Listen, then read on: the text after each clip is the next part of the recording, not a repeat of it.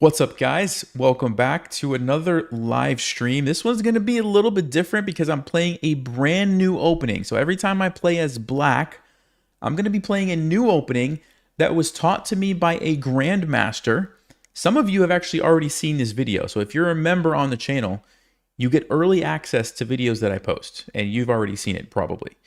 If not, don't worry, you're going to see it on Friday, and he goes through and gives me a lesson and teaches this opening system, which I highly recommend you watch when it comes out.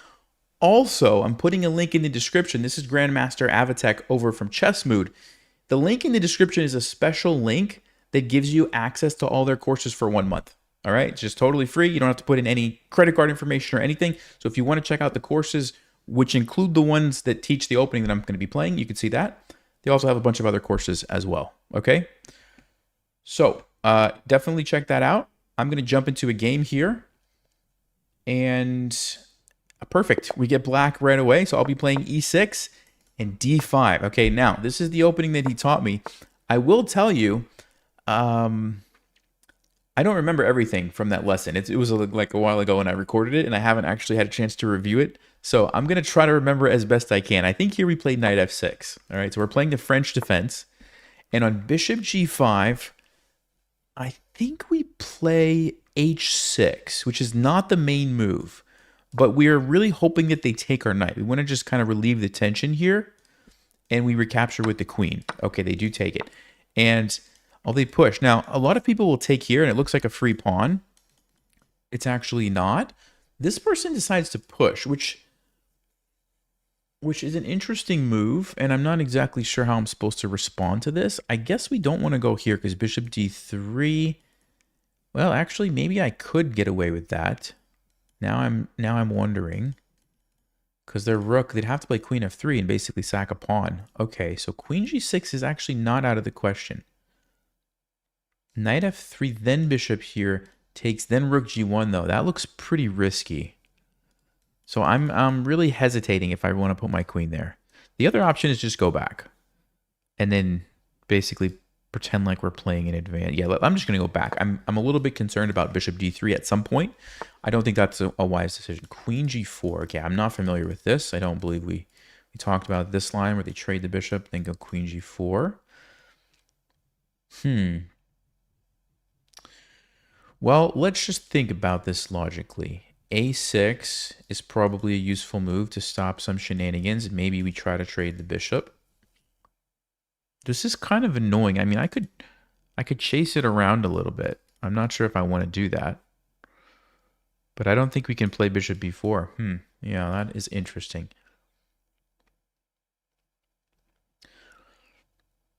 Okay, I'm going to play a6 because if I play c5 and then the knight or the bishop jumps in, we might have some problems.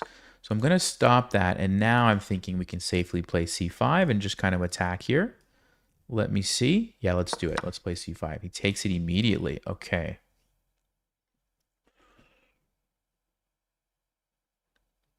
So there's knight d7 to start attacking the pawns, and then we bring out the queen. I think I like that. Yeah, let's do it. So these pawns are now weak because they captured, so we're just going to pile on. I do have to keep in mind that the queen is attacking my pawn on g7, right? And I just remembered, let me turn on the viewers there. What's up, Rob? How's it going? Hey, guys. Good to see everybody. Castle's queenside. Okay. I don't think we have to worry about that. Let's see. Do I want to take this back now? I think so. I think now's a good time. Let's go ahead and take back our pawn. And notice we do have the c file, so maybe we can attack the king here with b5, move the bishop somewhere, maybe bring the rook over. But white's been playing pretty aggressively, so I'm curious to see how they proceed from here, if they're going to keep attacking us or do something else. By the way, guys, I did bump up the gain on the microphone, so it should be much louder than last time. If you guys think it sounds good, if you could just let me know, that would be great.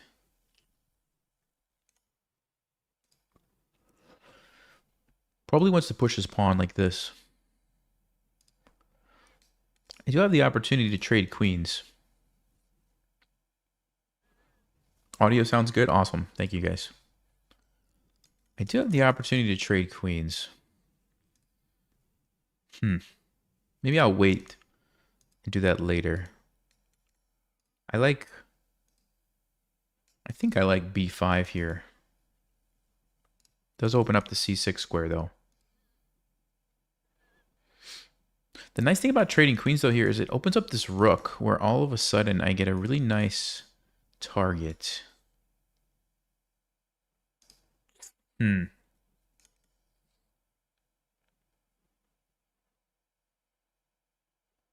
Takes, we need to go there. Yeah, I think I'm gonna play b5. I like this move. I want to attack rather than trade queens. So let's go b5.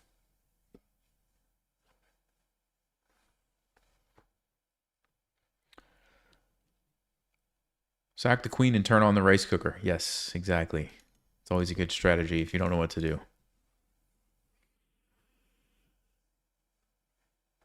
You know, my wife was getting rid of, we had this like old rice cooker in our kitchen and she was getting rid of it. And I thought about putting it behind me, just like sitting it right on top of the chessboard. I think we still have it. I'm still debating if I should do that or not.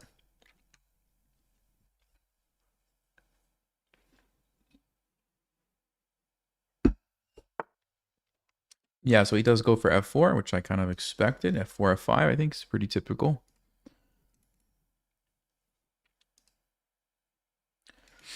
So if I go here, where does the knight go? Back to e2, and then what happens? Queen a5. Can I get away with that? King b1.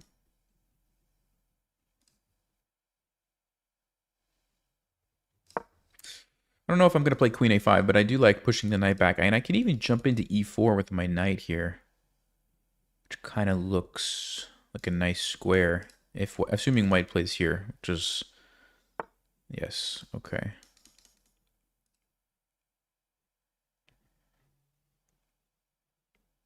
Yeah, I mean, they can attack my knight on g3. Oh, no, I'm threatening a fork. I'm threatening a fork, so they can't.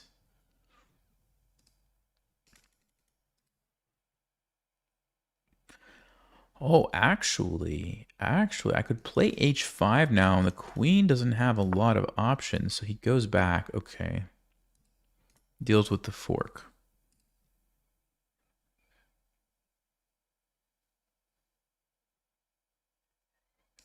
Where does this bishop go? b7 or d7?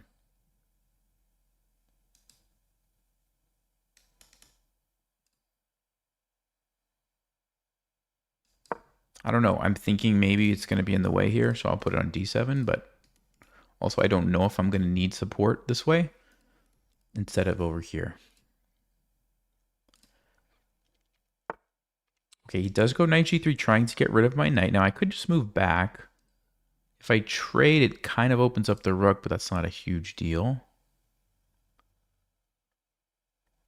If I just leave it, I'm losing a pawn. I could go on the offensive, then king b1. Don't think I want to sack a pawn there. I might just go back, actually, because the knight... Or just take. Maybe I just take. Maybe I just take. Yeah, let's just actually take it. Okay.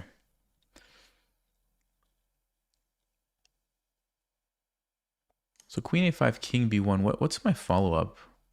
That's what I'm not sure about. I'm not sure what my follow-up is. Bishop b5. That's interesting. There's going to be queen b3, though. I could just go queen b6.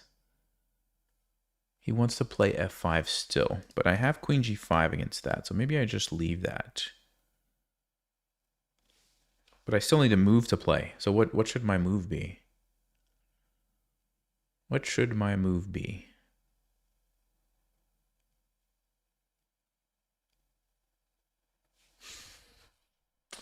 I'm actually not sure. Rook b8, that just seems weird. h5 is not like out of the question. Maybe we try to do some shenanigans with... But if I play h5, then I don't have queen g5 to trade the queens anymore. All right, I'm thinking too long. I'm going to just push the pawns. I don't know what else to do. I just don't know what else to do. This will be a good... This will be a good learning opportunity after this game. I'm going to analyze this line and see what I could have done differently. David, welcome to Stalematers. You can go watch that video after the stream early and see all the lessons from the GM. He goes bishop e2. All right.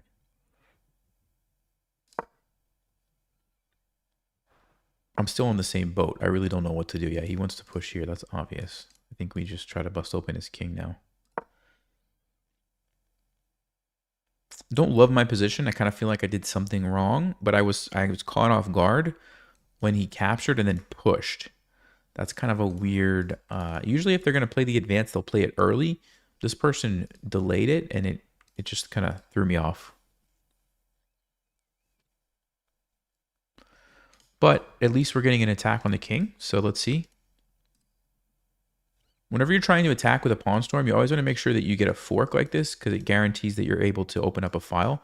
If I would have played a3, for example, he could have just pushed by, and then everything is just blocked off, and I can't do anything, right? But this way, you can't really push by because I still can take, however you do it, right? Now, I might lose a pawn, but I don't really care because then all the files are open, and I can easily attack the king. So he goes for this one, so let's open up the king.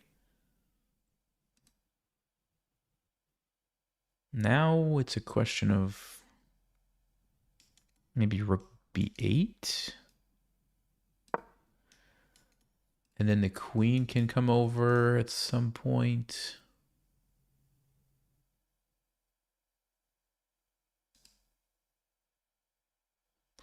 Yeah, actually queen b6 is a nice threat because, okay, let's see. Queen b6, you can't defend that way.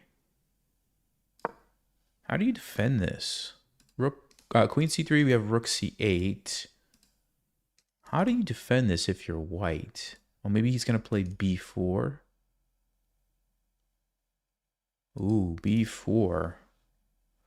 Because then if we take, you can use my own pawn as a shield. Actually, no, you can't. I have bishop a3. We sneak in and around. He goes for queen c3, but that loses the queen.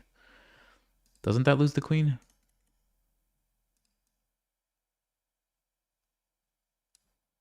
Yeah. Pin it. Pin it to win it. Pin it to win it, guys. Now, he's going to have a little bit of an attack here, but I don't think it's going to be that powerful without the queen.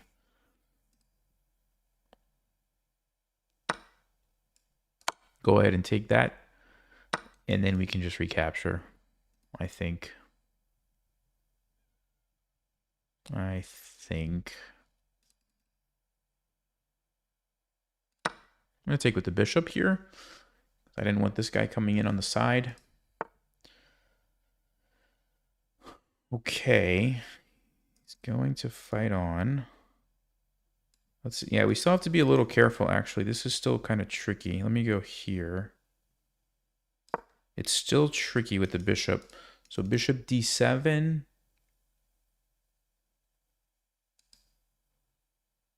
Or, let's see, if I move my king, knights... Am I in trouble there? So bishop d7, what's going to happen? If he takes... Take with the king. Okay.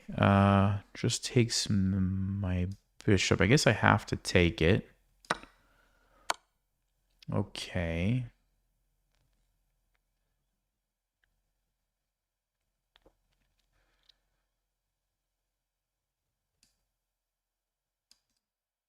Yeah, still got to be careful here. So rook f7, bishop e7 is my plan. And I think then we can play like rook f8 and get out of this jam.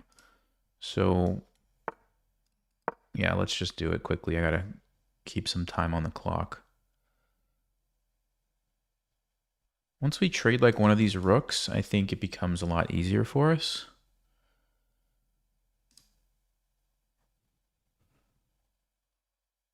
We do have some nice targets though too. We can sneak in a lot of different ways with our queen from c4 and attack his king. Of course, we could take here, but yeah, first priority is just trading off this really bad rook for this really, really good rook. I think that helps our position a lot.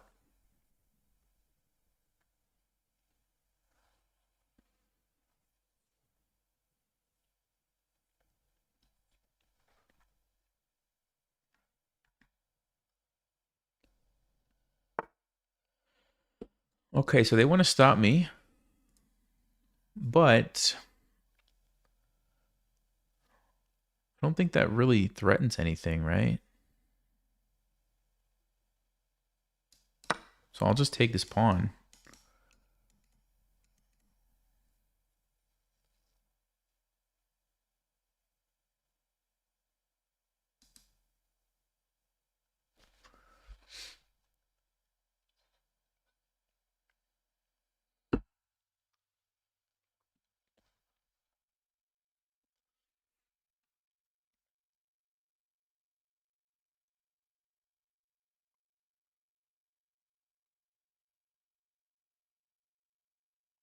Yeah, I mean, I don't see what white can do. I mean, they could sack, but it doesn't really help them. I just run away.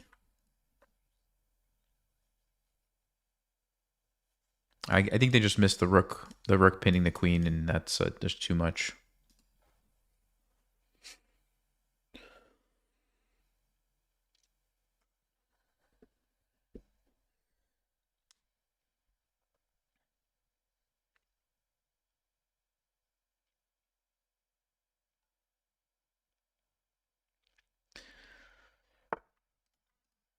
Okay, they go back. I like the look of bishop f6 here.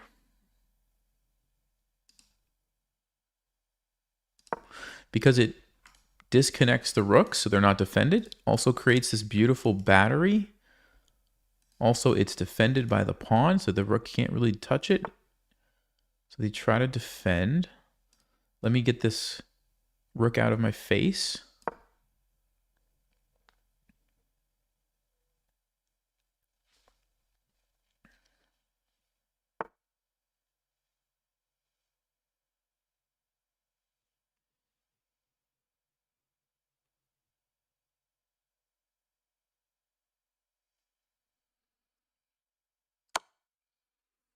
I'm going to try to invade with my queen here. I still would love to get this rook into the game. It's just going to take a few moves, but maybe the queen can just cause some damage. Oh, there's... I missed that, actually. I missed that.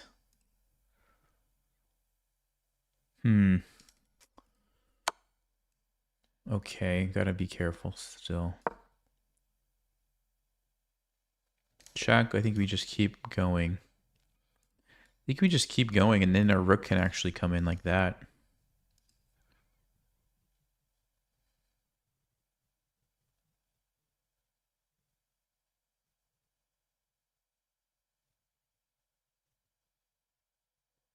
As long as this other rook doesn't somehow like end up here or here, you know, we're okay.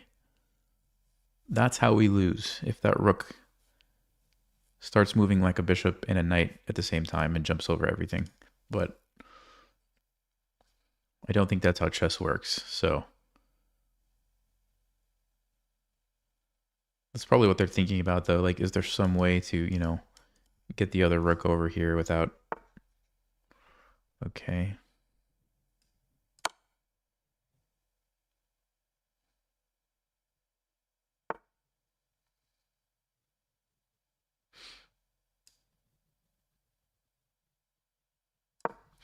I'm just going to prioritize getting this rook into the game.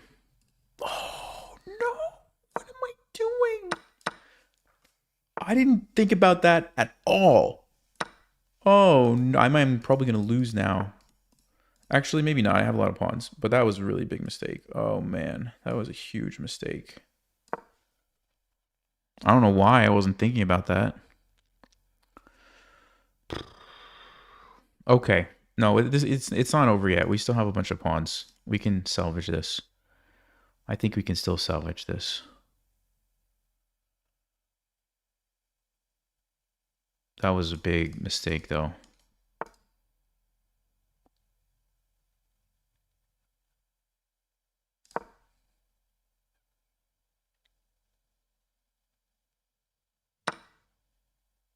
Hmm.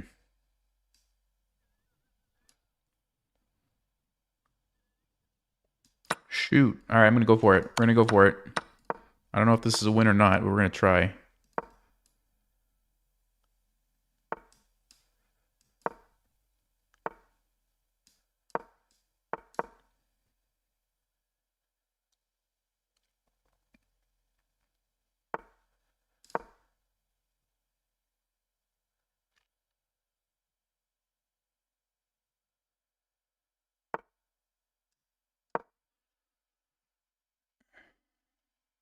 Two pawns here should win.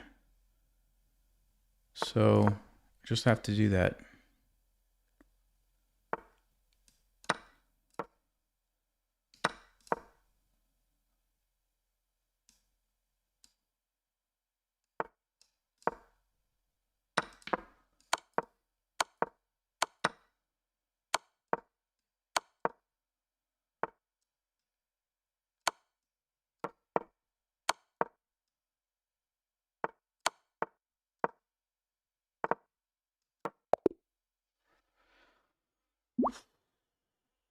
I'm just trying to keep it interesting for you guys. That's all. You know, we don't want to just win too easily.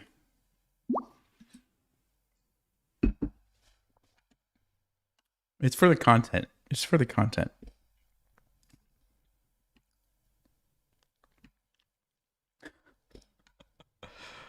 Okay. Yeah. About that. So this was probably when they blundered the queen. That's probably when I blundered the rook over here. And then, yeah, at the end, something happened. Okay, we need to look at this game. I think there's a lot to learn here. All right. First things first, the opening move. So h6, takes. And then, yeah, most people are going to take. This is the main move. Let me see the database. Yeah, okay, like almost 80, 90% of games people are taking. Only been played a couple times is e5. And it's not a great move.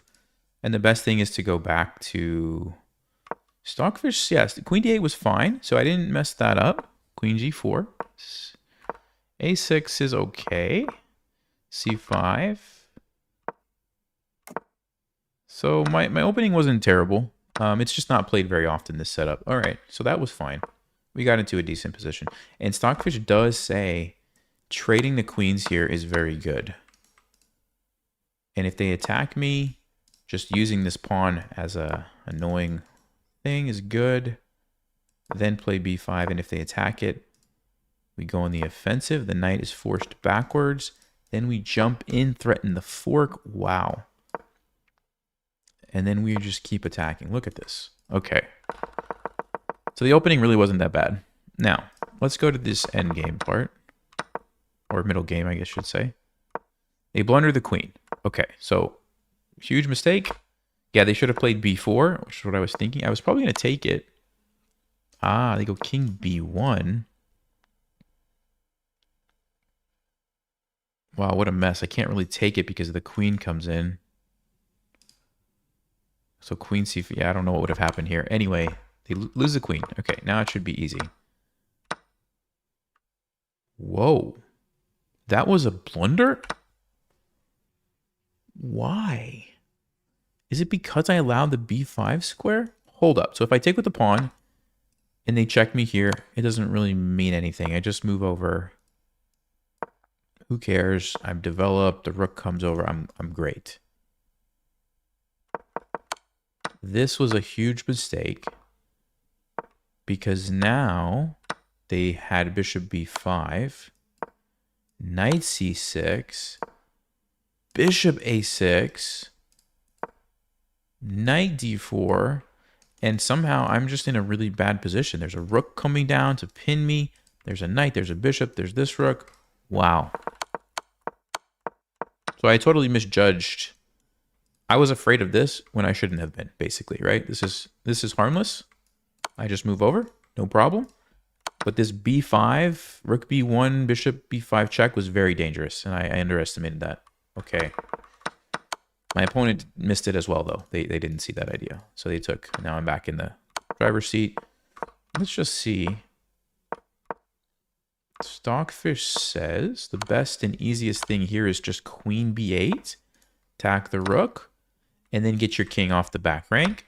If they, oh, yes, they can't stay on, look at that, guys. That's why. They can't stay on the 7th rank. You see that?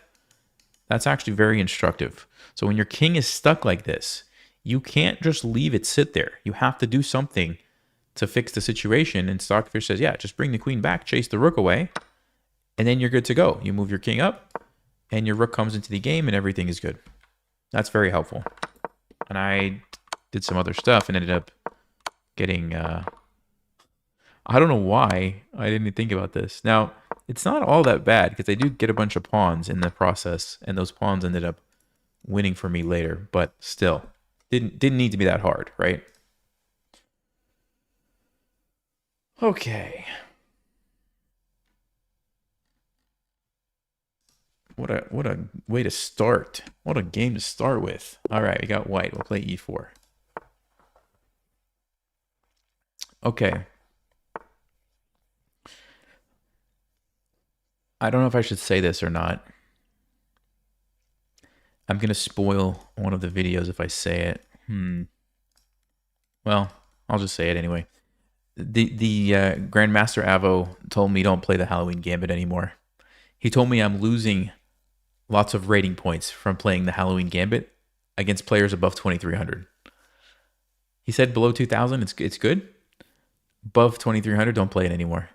So he recommended the Scotch game. You'll hear more details in an upcoming video, but I'm gonna trust his advice on this and just not play it. We'll see if this turns out well for me. Okay, what am I supposed to do here? I don't actually know these lines. This one I don't recall what's happening. I'm going to trade that. Is F3 a bad move? I mean, I want to support. D5, okay. Kind of just want to put my bishop here. Recapture. Yeah, I think we just go here. I need to look at these lines after the game. We're going to learn something else here because I don't know.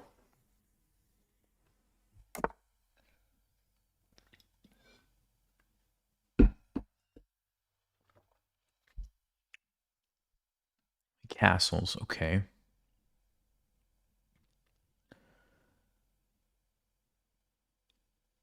Maybe just bishop d3 and castle this way is what I'm thinking.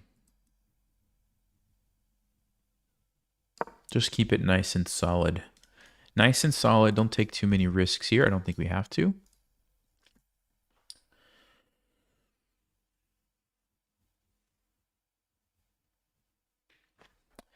Yeah, so we've got some really interesting videos coming out with some grandmasters from ChessMood. So, like, yeah, I don't want to say too much. I don't want to spoil all the videos, but keep an eye out. Every Friday this month, we've got an interesting video coming out. I think I'm going to castle, but let's make sure. Takes. Yeah, let's go ahead.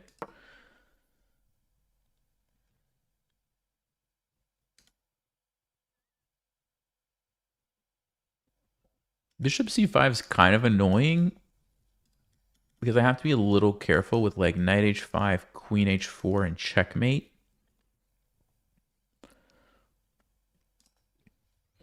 But if the queen ever comes here, we can probably just go queen e1 and be fine. So I don't think it's a big deal.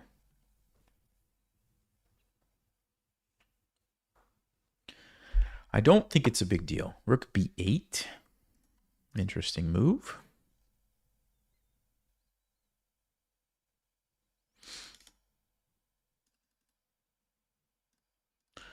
Let's go king h1. Just get the king to safety right away. We don't fall for the little cheapo tactic where we lose a pawn.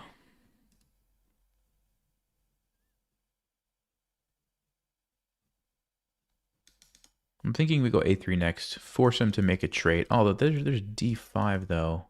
Or d4. As a general rule, I really don't like playing rook b1 to defend a pawn. It's just like a bad idea.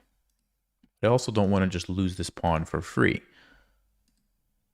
b3, then you have the dark squared weaknesses, which maybe is not a big deal in this position. So maybe I could safely play b3. Queen c1, just kind of a passive place for my queen.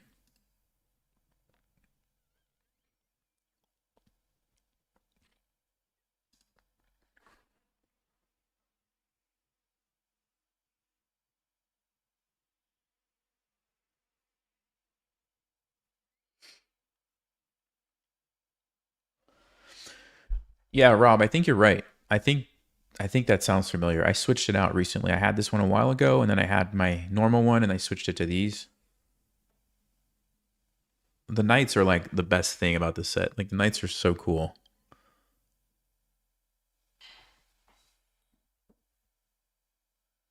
I mean, all the pieces are fine, but I really particularly like the knights on that one. This is the king. It's pretty cool too, I guess.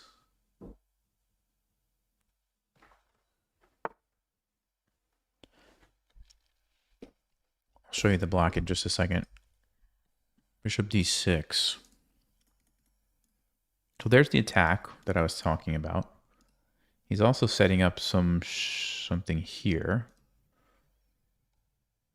Yeah, I will play b3. You have to be careful making these weaknesses, but it's not around my king, and I have this bishop to help support. And if we end up trading, it's probably fine. And I do totally shut down this rook, so I think it's okay in this case. Here's the black knight. It's actually like a red. I don't know what color it is, but yeah.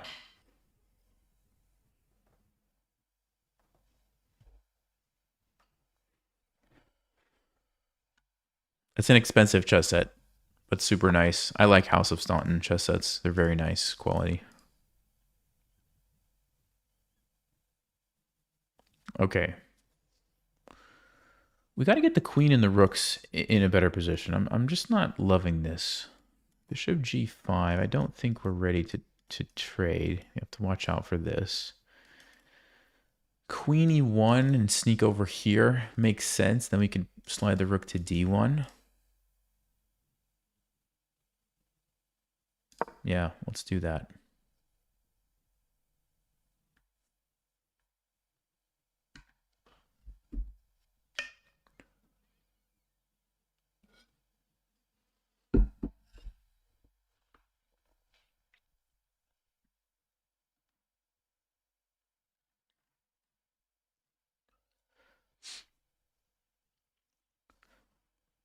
What's the GM secret?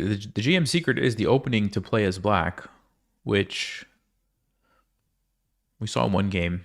The opening was fine. I mean, we got into a nice position at the opening. I didn't realize it was a nice position because I didn't know, but it was fine. But it's a black opening, so this is not the system that I was showing.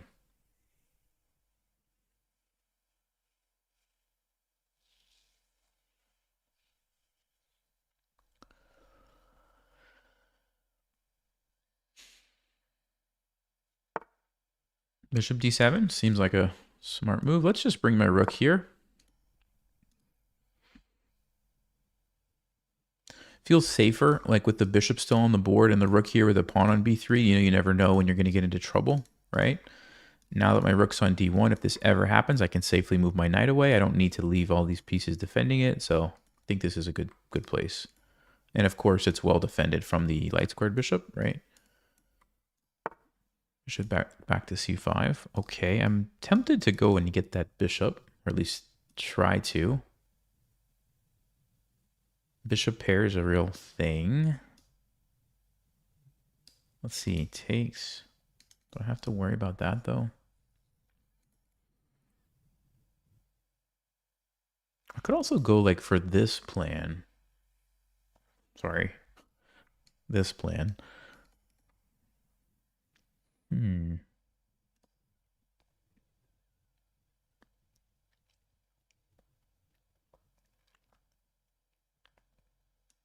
Well, let's start with the queen. Because if I go with the bishop first, I think they can chase me away. If I go with the queen first and then go here, now if you do this, I'm just taking and messing up your pawn structure.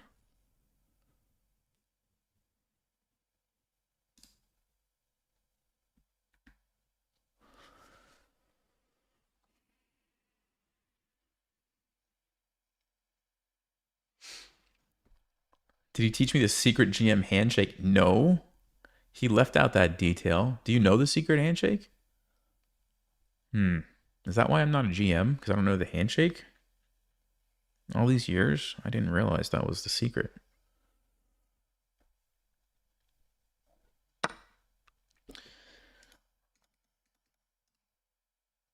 Okay, so the thing about this move, guys, is look at these pawns. These pawns are now stuck really bad. So I love that. I think we just take back here. If you want to take me, fine. I take you. And I take back, and I'm pretty happy with that position.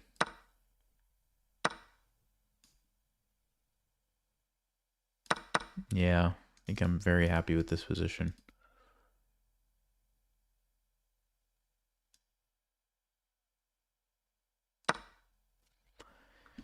So long term, Black's going to have a hard time defending those. Also, you're not going to be able to push them together because they can't help each other. So I think I have a nice advantage here on the queen side. And everything else looks pretty even.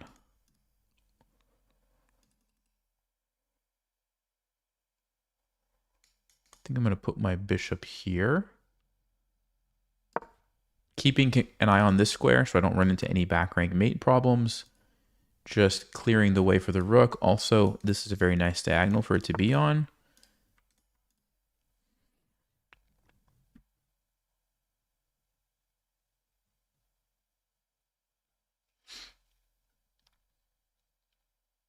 I'm trying to see if I have a tactic.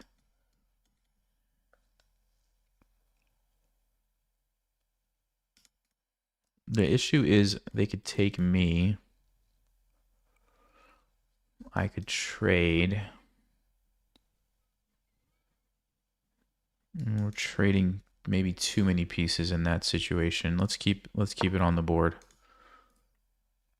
Let's keep it on the board.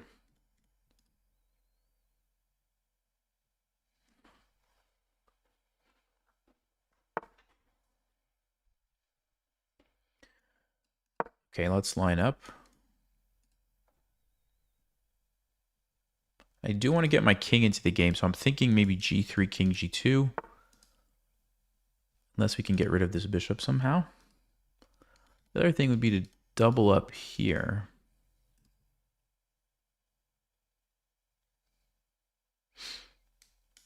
I could actually sack bishop c4. That's just a trade, though.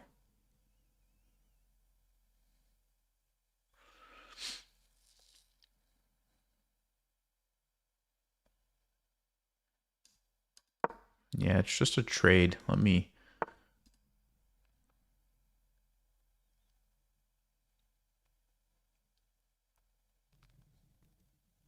Do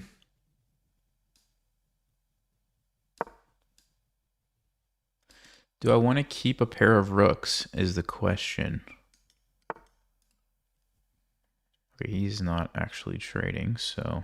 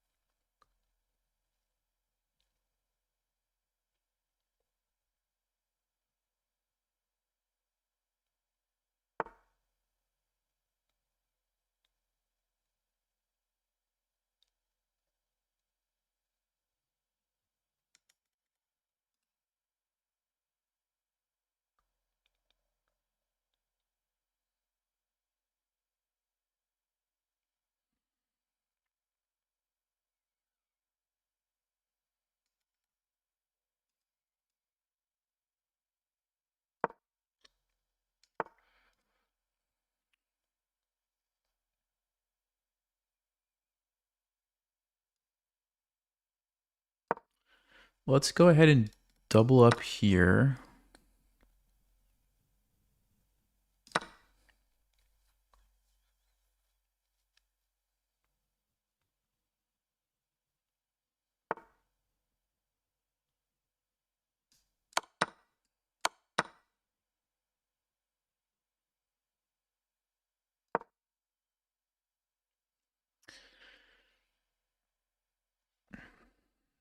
It's going to be hard to win this. Even though the pawns are messed up with the bishops like this, there's not going to be much that we can do.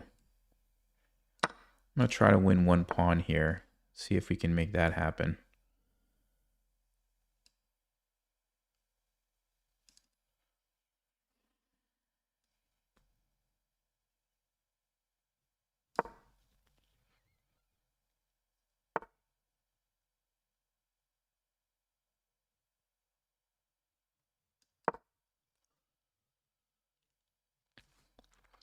Yeah, this is the only thing that maybe we can target this somehow. That's what I'm thinking.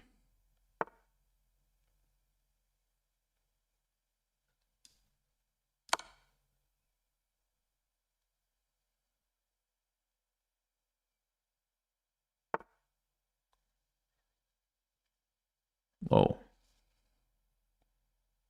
Where's he going? Well, I almost have a checkmate. I almost have checkmate, actually. We need this pawn to be defended.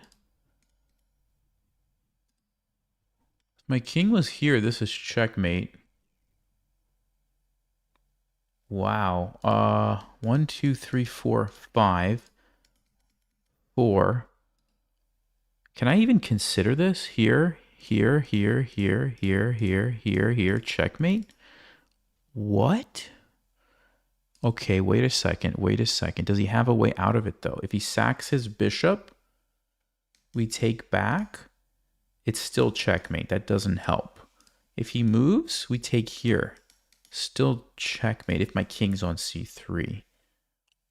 Oh, baby. Oh, baby. All right.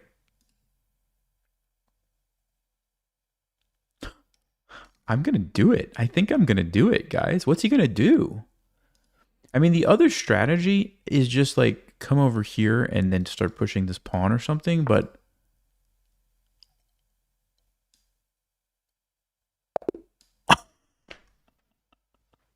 he resigned.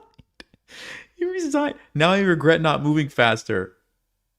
I didn't actually get the checkmate.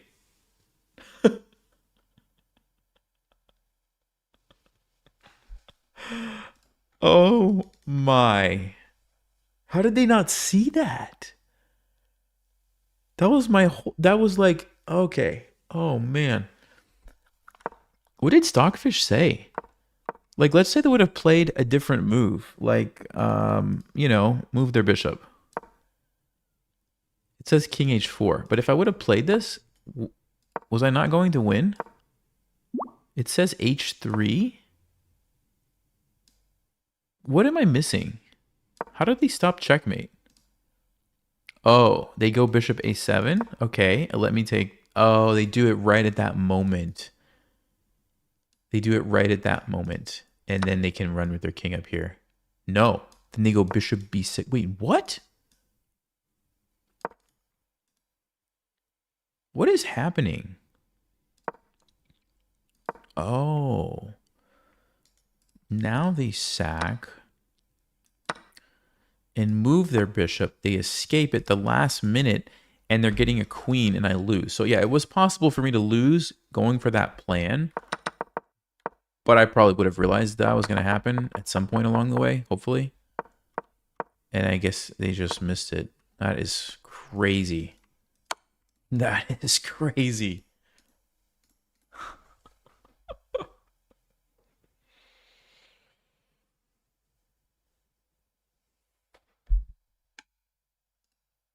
We've had some really nice pawn checkmates, haven't we? All right, you know what I have to do? I have to do it. First of all, we check this. Okay, that was a well-played game, 92. Very well-played game. And let's check the opening. What's the main line? I want to just see, because I have no idea. Bishop b4 is the main line. Knight takes c6 is the main line. B takes c6 is the main line. And then I'm supposed to play bishop d3. f3 is actually not a great move. It's not a blunder, it's just not a great move. Okay. So the lines are queen d4 or bishop d3 primarily. Queen d4 actually is looks like a very interesting one. Queen d4. So we hit the bishop. Most people are going to play queen e7 here. I mean, if they take, I guess we're just pretty happy. We just take back with our queen. And if this happens, we're happy with this position. They have to go queen f6. We take it. And we have the bishops. And we have a great position. Black's pawns are all messed up. Okay, fine. So they're not going to do that. They're going to go queen e7. Defend. What do we play? Now we play f3. Interesting. They're going to go d5 as usual. And now we play bishop g5, attacking the knight. They're probably going to play c5, in which case we go bishop check. They are most likely going to play king f8. And I'm looking, if you're wondering what I'm looking at, maybe I should show this. When you go to the top right, next to the analysis there, you can kind of see it on this. Let me make it a little bit. See right there, that explore tab. If you click on that, it's going to tell you like all these moves. So like right here where it says king f8, that's 11 games. That's what I'm looking at to figure out like what people are most likely going to play. Now these are master games. So yours might be a little different, but these are like going to be the better moves that they could play. You can do something similar on Lichess, and you can check for like other rating ranges, and you could see like what lower rated players would play. Anyway, so they're going to play king f8. And then I can play queen d3. Okay, so am I going to remember this in a game? So it's takes, not f3. It is queen d4. Then it's going to be queen e7. We go f3, d5, bishop g5, check, queen d3. Okay. Got it. Okay, here we go. It's time for the GM secret. You pre-move it. You just pre-move e6. That's the nice thing. And if they play d4 here, you pretty much have to play. Okay, this is also gonna. Okay. Okay. So my friend Grandmaster Avo actually explained this system as well. He recommends knight c6. He recommends bishop d6. He recommends knight e7. There's a reason we're going for this setup. c4. Okay. Probably I'll just take that pawn. This is a target now for me. Bishop g4, and we're going to target here. There's some tactics already lurking in the position.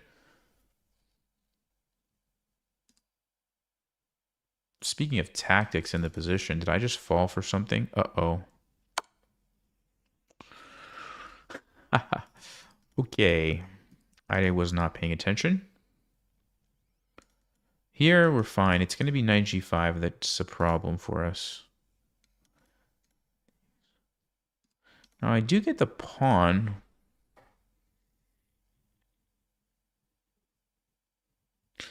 The alternative is I don't take it. I could play king f8.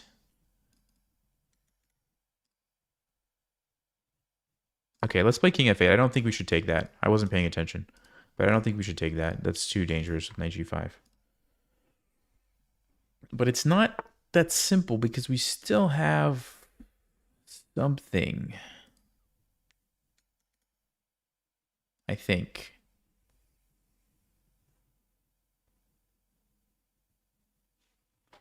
Wait a second. If I take this, what happens if they take me?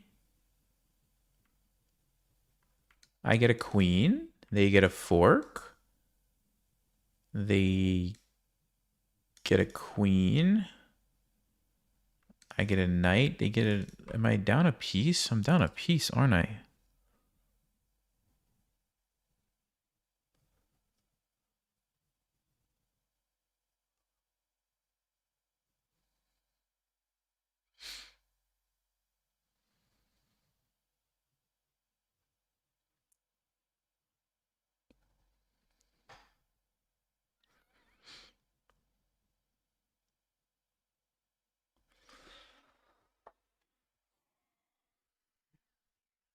Okay, wait a second. feel like I'm missing something here. I'm just not sure what it is. Takes. There is this in-between move with a check, but he doesn't have to take. He can play king h1. Takes here, takes. So I only have 2 pieces left. I'm going to lose this one. Yeah, we can't do that. Probably need to do something like knight f5 just to keep the attack going here. I should have played, probably if I just play bishop f5, I'm good to go here. Yeah, just play bishop f5, queen d7, castle. This is exactly what I wanted. I messed it up. I wasn't paying attention. Should not have allowed this one.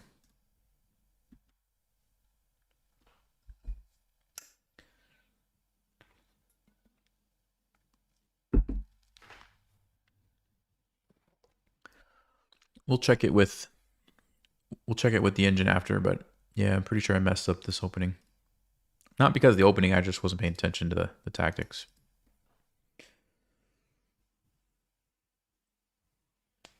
By the way, I mentioned it earlier, but I'll just say it again. There's a link in the description. It gives you all the ChessMood courses for free for the month of May. So the earlier you use it, the better, because it does expire at the end of May.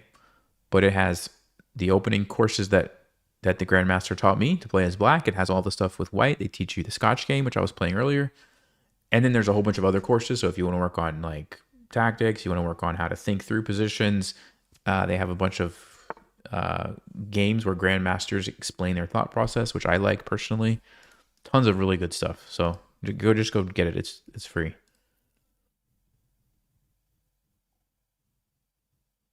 It's like $100 value basically. So yeah, I mean, maybe now this works, right? Takes.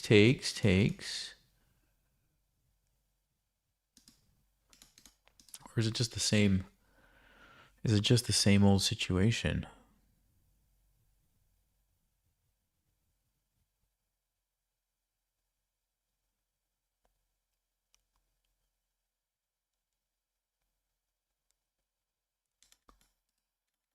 So how do I get away from this fork? That's what I need to know. Do I just play queen f6?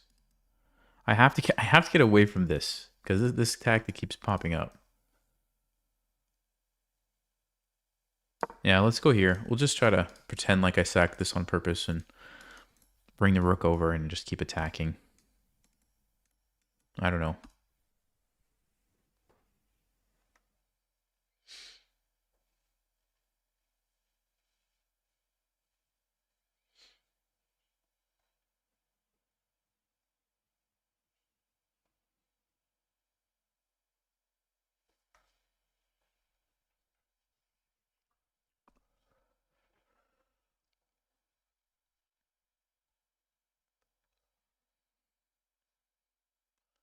$600K subs. Hey, thanks.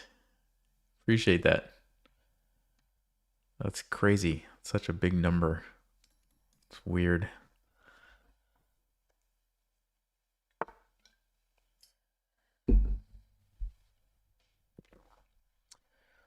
Okay, plays knight c3. So now, if I want, I can take this pawn. Takes. Oh, there's queen take. Hold on. Can I even take the pawn? What is happening? Knight h4 is a move, though. Ooh. Knight h4. What's he going to play? Probably knight here or here. So let's just think about this. Check takes. The knight is on one of these squares. We jump in. I mean, that's not too bad. What's the alternative here? Take. No, I think we're going to go with this one, my friends. I think we're going for it. We're setting up something. I don't know what, but we're setting up something. I'm feeling some sort of crazy, brilliant move sacrifice that's about to happen.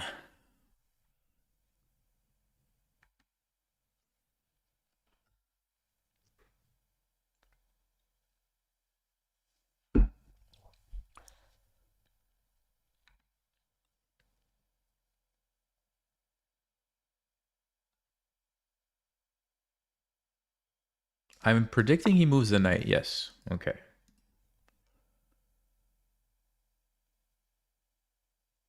As expected.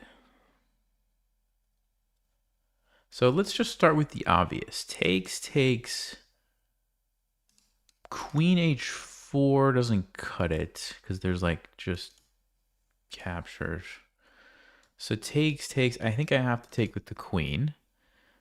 Pretty sure they're going to be taking me and trading here. So we have, let's see, 3, 4, 5. 3, 4, 5. It's even material, but I have this amazing bishop. The problem is there's bishop d1.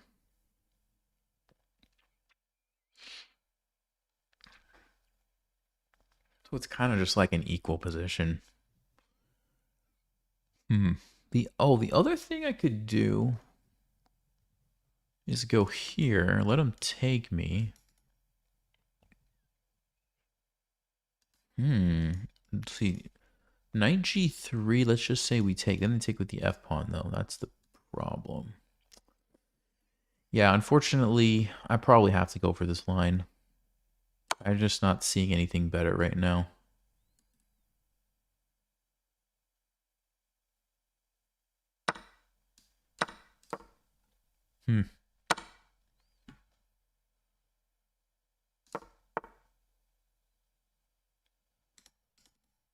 Okay, I didn't see that one.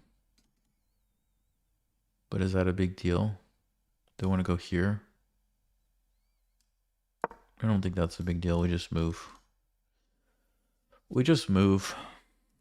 They can't really take this pawn. Because rook g8 is going to be unpleasant. Actually, there's a bishop there. No, rook g8 is still going to be unpleasant. Yeah, I think it's fine. Okay, they're setting up some shenanigans, which I don't like. I don't like shenanigans when I play chess.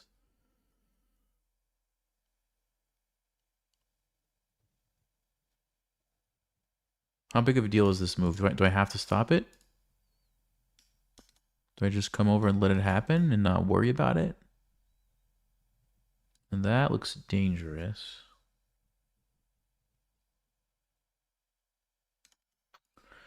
Man, this knight, this annoying knight. I probably should stop it. It's going to be super unpleasant. Okay, we'll stop it.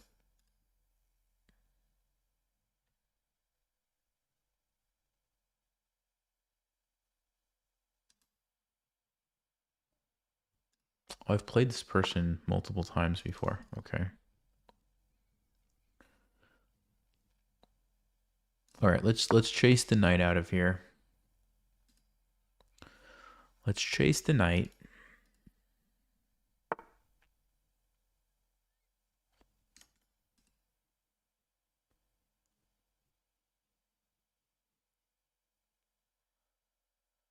Okay, so we don't want to lose a pawn here. So we need to do what? Rook c8 we can't do. Knight c6, is that the only move? Actually, no, I don't lose a pawn because I just take back. What am I saying? What am I even saying?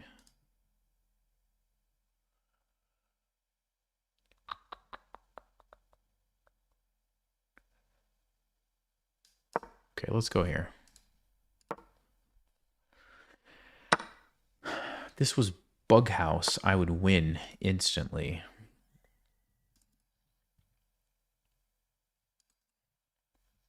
Uh-oh. That's not good.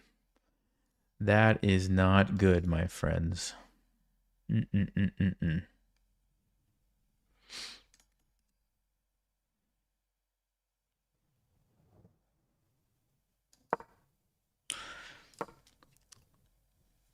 We might be in trouble.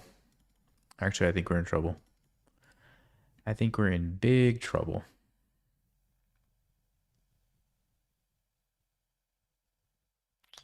Yeah. This game might be over, actually.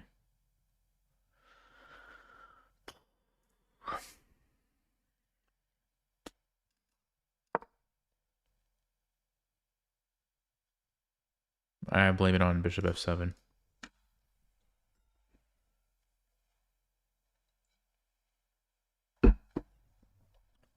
Sorry, bug house is where you can you it's a team game and you get pieces from your partner and you can just drop them on the board. So I can put a rook here and the game is over. Checkmate. Yeah, I can't do anything about this, guys.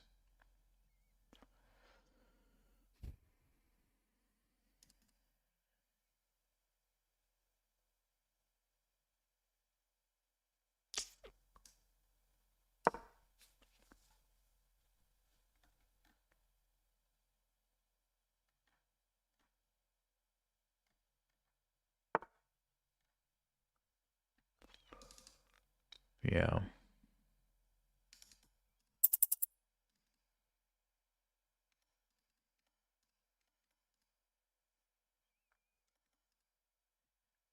Yeah, this is over. I missed bishop f7, and I think that was probably what happened. Although I felt like they played very good game too. Let's see. Yeah, they did.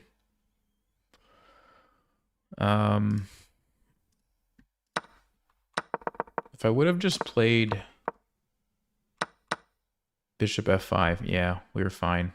This is what I was going to do. I don't know what they were going to do, but then I can go queen d7, castle. That's not the best move, but this would have been a much better position. Bishop g4 was just a blunder.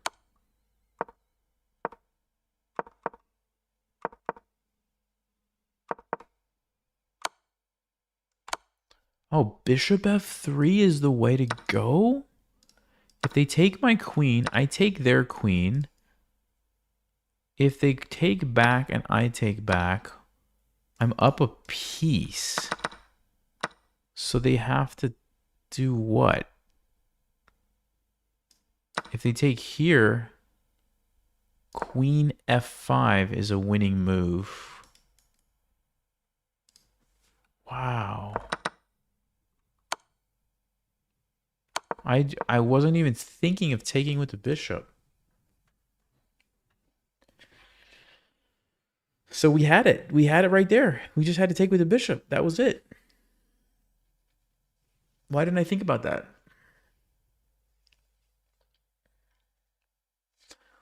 I think because I didn't realize that this exchange actually leads to me just winning a piece. I missed that little detail because I think I would have easily figured out, you know, that this was going to be good for me, some position like this. I just thought like that the trade was going to be happening one way or another, and we were just going to get some sort of position like this, but no. Yeah.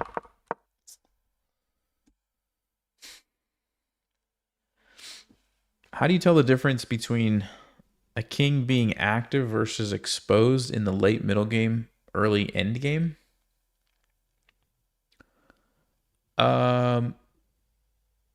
Okay, maybe you're asking that because of the other game when my opponent's king was walking across the board and it ended up getting checkmated.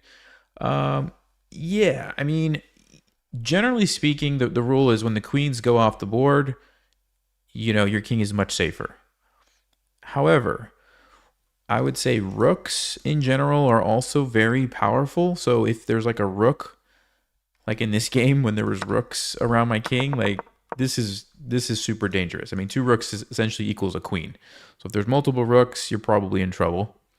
And then it just kind of comes down to like weird situations where your king doesn't have a shield or a place to run to, right? Where it gets trapped. And that's just kind of like, I don't think there's really a rule for that. You just kind of have to evaluate each position.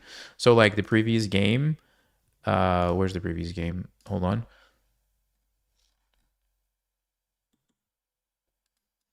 The previous game, that's kind of what happened, right? Like they just ran to a spot.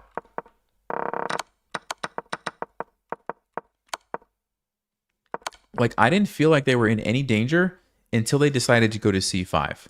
Right? So like they're totally fine. I mean, they're in the middle of the board. Like there's just plenty of places to go to.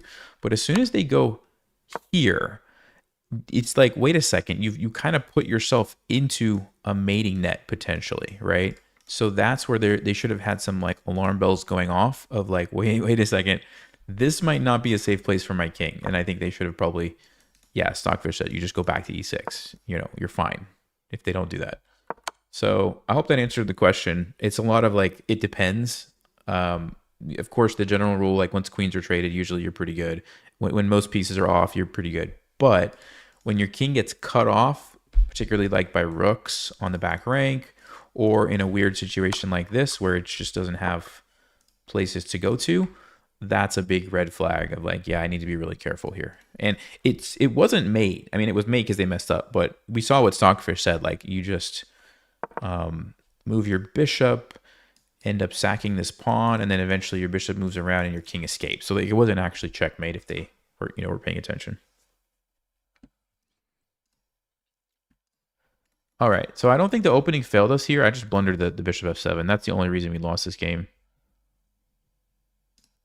Also, I've seemed to play that person a lot when I stream, so I don't know if that has something to do with it. Okay, let's try again.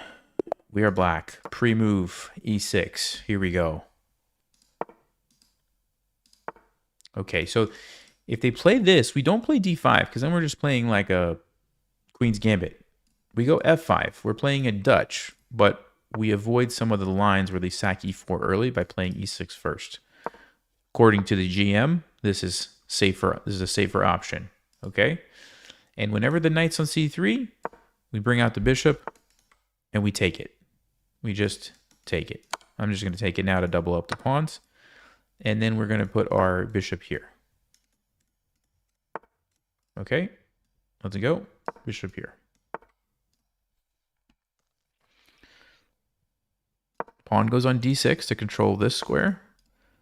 Queen goes on e7. Knight goes on d7. This is kind of the setup. And now we jump in. We're attacking. Okay, they saw it, and now we're going to just attack. We're just going to attack.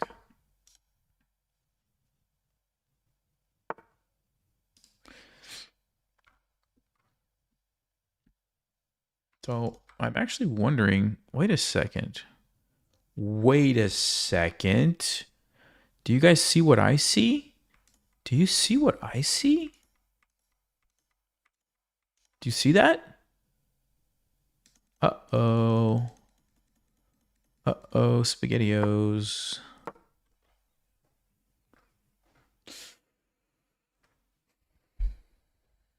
Somehow the knight has nowhere to move. How did that happen?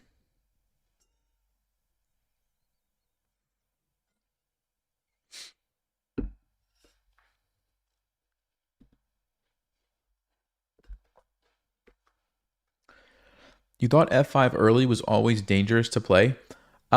It's dangerous for beginners, and it's dangerous if you haven't studied why you're playing it and what you're supposed to be doing.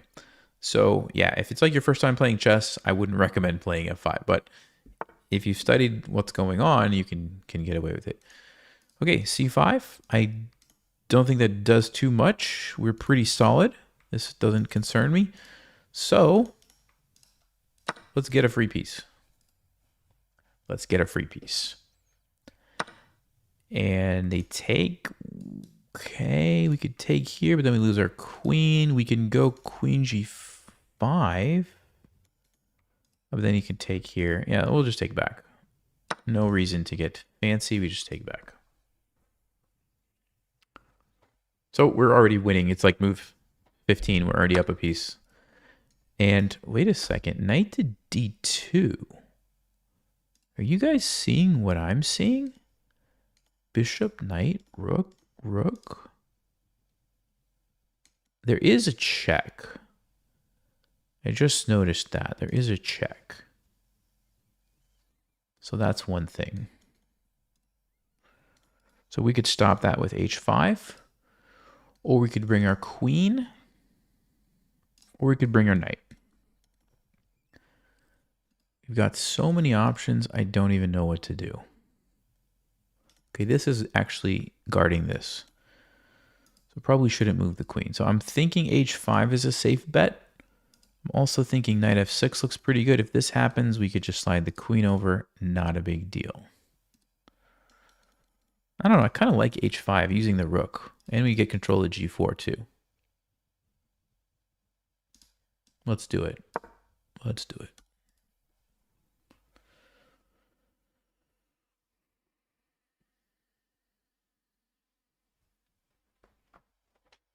So yeah, if you want to see the full lesson from the GM,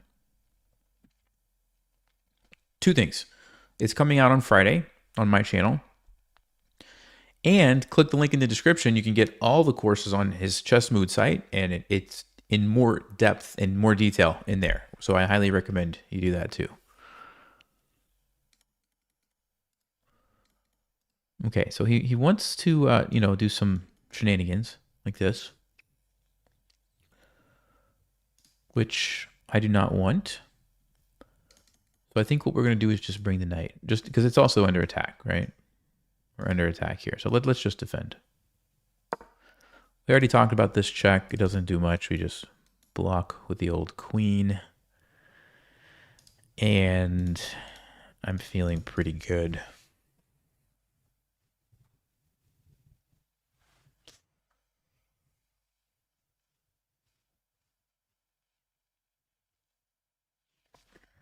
What does the GM think of my Scandi? Oh, that's a great question.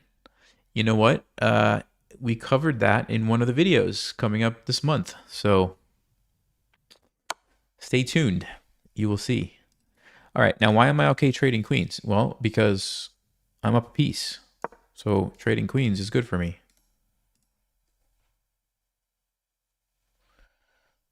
That poor knight on f3 is gone, so he can't really afford to trade queens.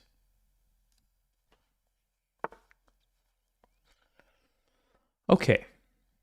So we've dealt with that.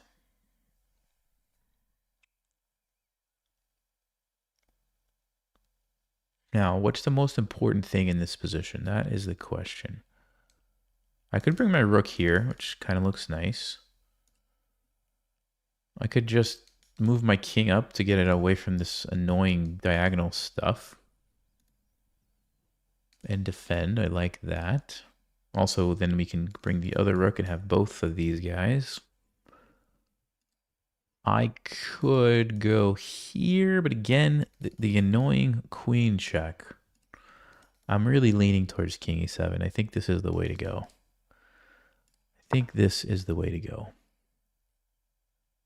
Okay, I'm going to tell you guys another secret while we're talking about GM secrets. So the GM was telling me that the rule of like you should castle early is wrong, essentially. Like just castle early, it's not the best way to think of it. You want to think of it as get your king to safety, which may or may not be castling. A lot of times it's castling, but sometimes it's not castling. Like in this position right here, this is a good example. I don't think castling gets my king safer. Also, I don't know if castling this way gets my king safer because this looks kind of open. But king e7, I feel like, is a pretty safe place for my king. So I'm breaking the rule, but I'm actually following the rule if you think of it in terms of just get your king to safety. I thought that was pretty good. So there you go. Little GM secret for you.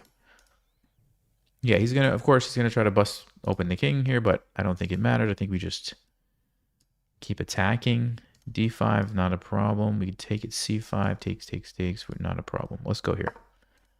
We've got everybody ready to go checkmate the king now.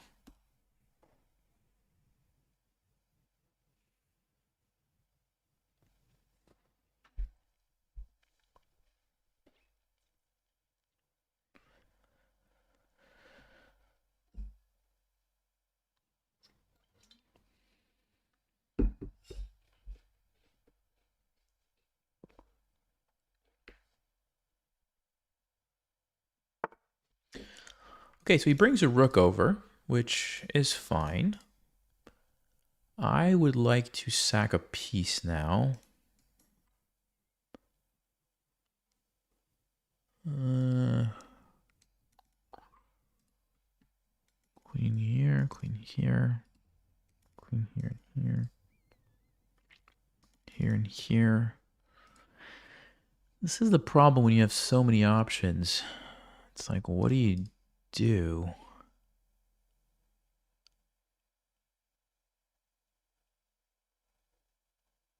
All right, we're going to push the pawn because if you have to play g3, then your bishop turns into a pawn.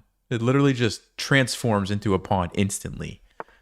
Okay, he doesn't want that to happen, which makes sense. But I still think I'm going to go here. Because again, if you do this, I have something else fancy happening. I have a check. I have a checkaroo. Now g4. Wow. Yeah, this has got to be the moment where we finish off the game. So let's just think about this. Knight takes g4. It looks amazing. Also, rook takes g4. Sacking looks amazing. Because then we have the old check and check. Which one is better? Here. Bishop takes. Check here. Takes. We get the queen. I mean, probably doesn't matter. I'm going to just take this. Looks like it's winning. Looks like it's just winning.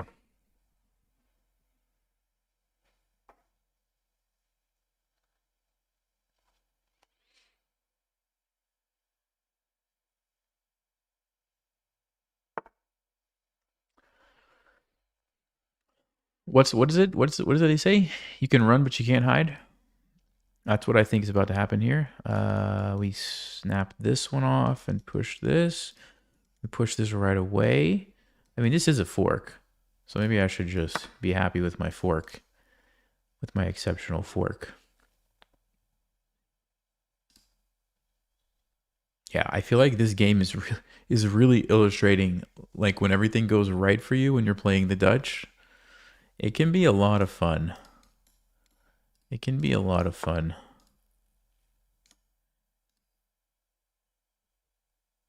That's defended. I don't care about this. I don't really care about the rook, to be honest with you. I think I want more, so I think I'm going to just push this. I mean, it's still a rook. I could take it. I could take it. Nah, we'll push this.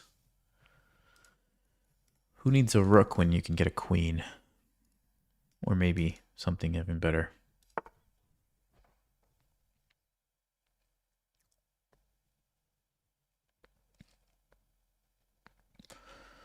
Wow, what is happening now? So check. He takes me. So I could take here first. I could get the queen, and we're going to win the piece. Okay, so let's go ahead and take this.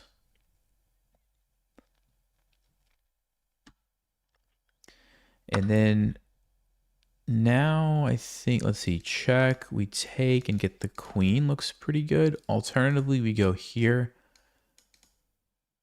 Yeah, that first one looked good, right? Oh, there's also rook g1. Wow. Wow. Let me do this one. This just looks forcing enough. The idea is we want to trade these bishops. So we're giving up our knight so that we can trade these bishops, because once the bishop is gone and we get the queen, you have to sack your rook for it. So we're actually winning a rook.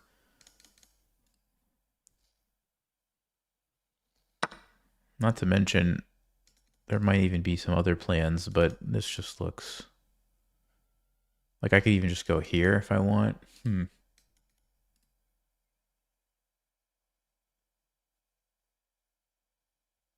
Actually, I am going to do that.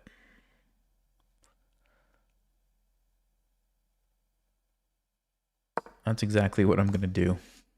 Because this is not really going anywhere. I'm still going to be able to do that. So I'm going to go ahead and take the bishop. And then we're going to have the queen here that he has to worry about. Yes. Ooh, we got the brilliant question mark. The brilliant question mark is back. That's always a good sign. That's always a good sign. Wait for it. Wait for it. Okay. All right. All right. I'll take it. I think my brilliant counter is all off. I've been missing some brilliant moves because I know I had some in some blitz games that I didn't record, so I don't really know what the counter is. But anyway, in this game, it was Knight takes g4. Wait, why was that a brilliant move? Oh, because my bishop. I mean, my knight. I was letting him take my knight. Okay, sure. So let's just recap. This was like the perfect setup for the Dutch. You play e6, f5. You go here. You just trade off that bishop. We don't need it. And it, like, you'll notice when you take this knight, you take away one of white's pieces that controls the light squares, but you don't lose one of your pieces because this bishop could never control those squares anyway, right? So you give up that bishop for the knight, which means what? Well, now you have these pawns and your knight, and then you get the bishop there too. So you have this massive control on these center light squares. And then your queen and your other knight go here. You jump in and you attack. And we got lucky that the knight was trapped. But even if the knight wasn't trapped, we would still have a very clear and easy plan. We could have played h5, g4, open up this rook. The queen can come in. You know, like, it's just super easy to play. So yeah, highly recommend. Links in the description. Go check it out. The ChessMood courses are actually very, very good. Of course, I rank Breaking 1500 at the top, but ChessMood is very good next option as well. So, and it's free. It's free for the month of May, so go get it. It's like a $100 course. So anyway, let me see. Yeah, I'll play one more game, then I'll take a break. And then we'll do the puzzle. We'll do the puzzle.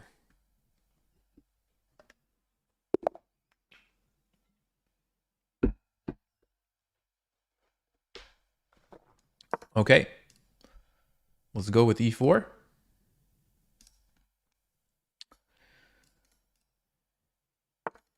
We'll attack the pawn, and I'm not going to play... Oh, okay. This one...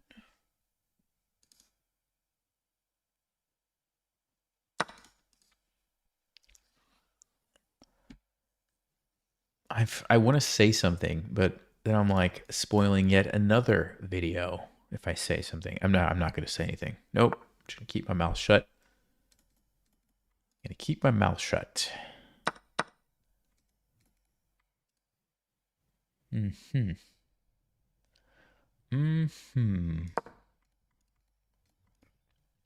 Okay, I'll say something. One of the videos this month featured this line, and you're going to see it. Okay, you're going to see it. Here we go. Here we go.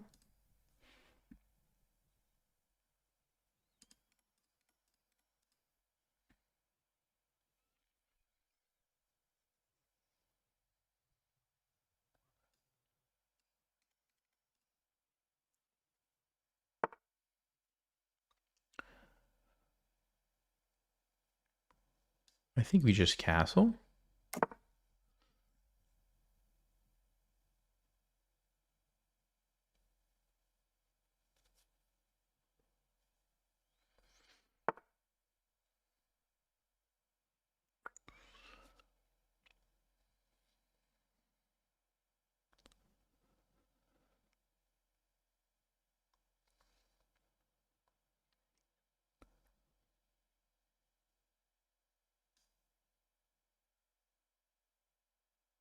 Let's go with bishop b2. Just setting up for the attack here. Let's take that.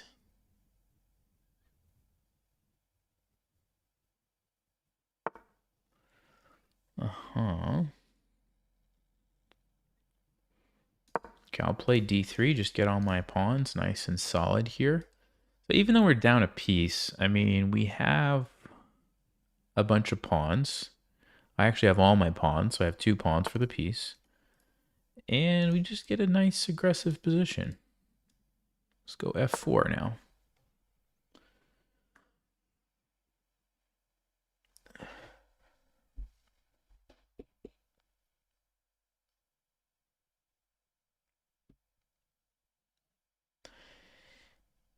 Yeah, let's just say there's going to be a very interesting video coming out this month which features this opening. I'll just say that. Okay, I don't know what that's all about. I mean, if I wanted to play a4, I could, but I don't think I need to do that.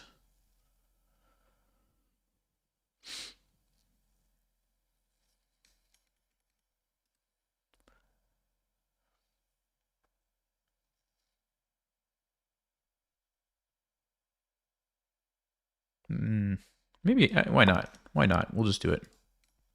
Oops, sorry. I think you just play this slowly. We just keep our nice solid position. We take it easy, get all the pieces in position, and then when we're ready, we launch the attack on the king side. I think that's how we do this.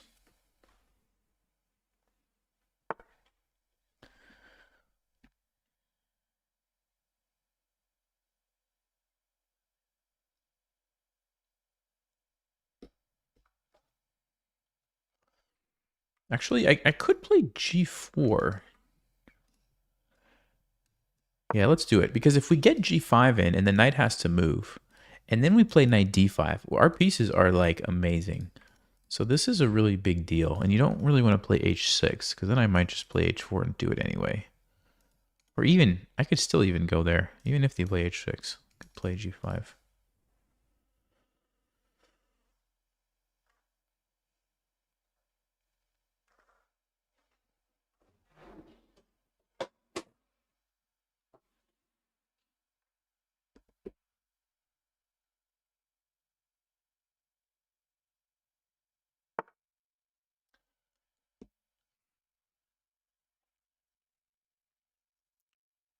Okay, so the knight jumps in. Maybe we go g5.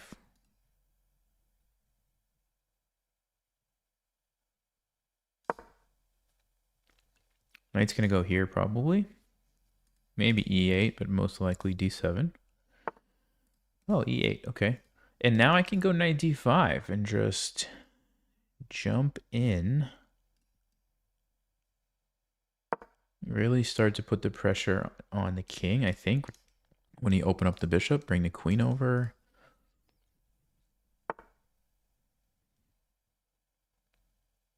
I don't even have to take that. I mean, I could take that.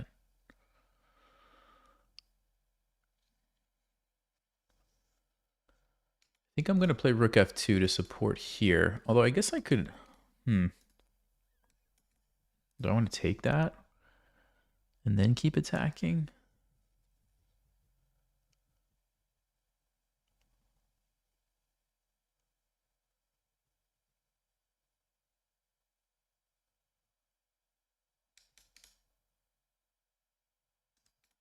I mean, I think rook f2 is an okay move. I think rook f2 is an okay move here. It frees up the queen, and then this is kind of useful anyway, because we could just do this. Okay, they're taking my knight. Okay. Let's take this way. Keep the clump of pawns in the center.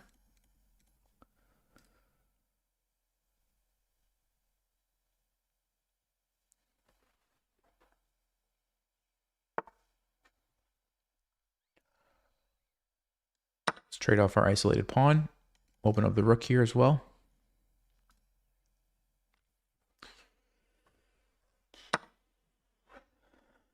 Now, this will totally mess up black's pawns. Double isolated, isolated. And it's a very relatively powerful knight. The alternative, the alternative is we trap it. We just trap it. What is the deal with all the trapped knights in this stream? I almost missed this one, but that's another trapped knight, my friends. Let's go. Let's go. Oh, yeah. All right. I think that worked out quite nicely for us. Now we're not even down a piece, and we still got the messed up pawns. Great.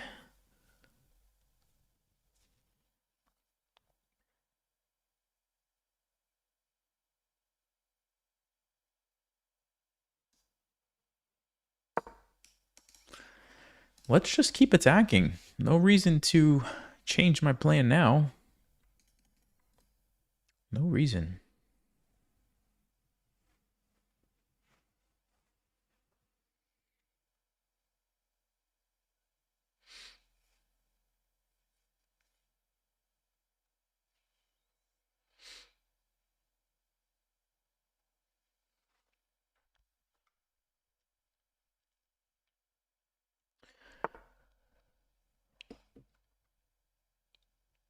Okay. Now we have to decide.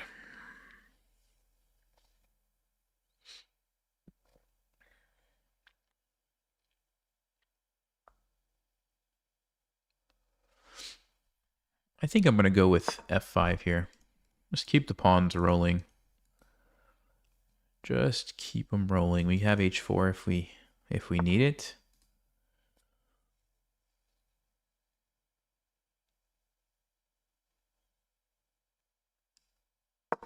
I'm going to go here to set up maybe f6. Oh, I guess this could also actually be useful if we get the pawn here. Huh. Oh, queen h5 and g6 also. Wow, this is just a fun position. Even just bringing the rook up and over.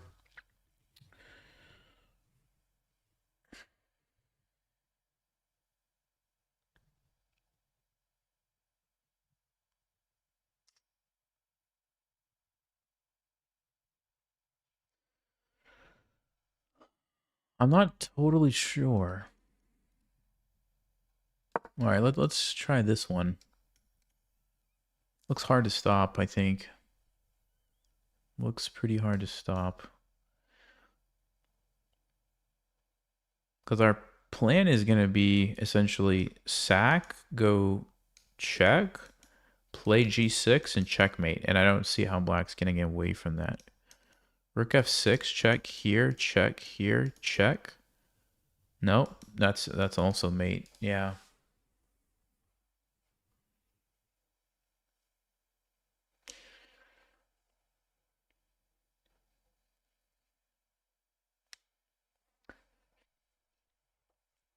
It'll be interesting to see if Stockfish said the same thing. Is this the plan, or was like it better to push the pawn? Was it better to push these? Was it better to try to attack here? Because I could have done that also. But that would have taken a while. But I guess I could still do it. Try to get this pawn. And then my bishop is unleashed. There's lots of ways. But I think this is the most straightforward.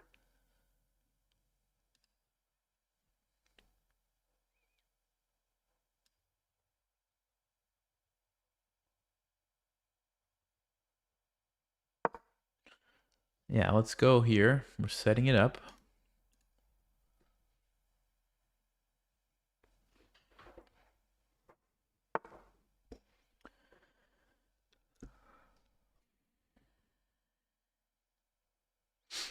Start with the obvious. Check, check. Or check. You could still defend. If I just take. How do you defend that? Rook e7.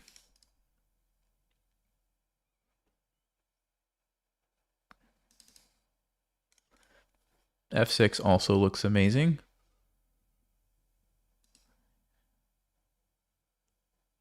But I think just taking should do the trick, unless I'm missing something. Oh, there's rook. I didn't see that. Wait, but I don't think that works. No. There's no way, right? There's no way that works. Because I have a free rook on f8. Huh. Okay. Sneaky rook. Look at those rook and bishops. So sneaky. I think we're good. What? Wait a minute.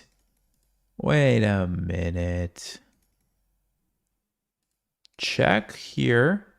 Check.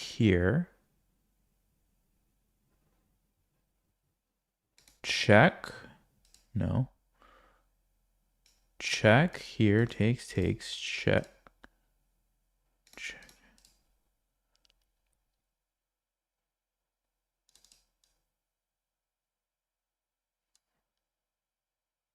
Check here. No, I got to take the free rook. Definitely got to take the free rook. So we at least get 2 rooks for the queen, which is fine. And now it's a question of, what do I do now?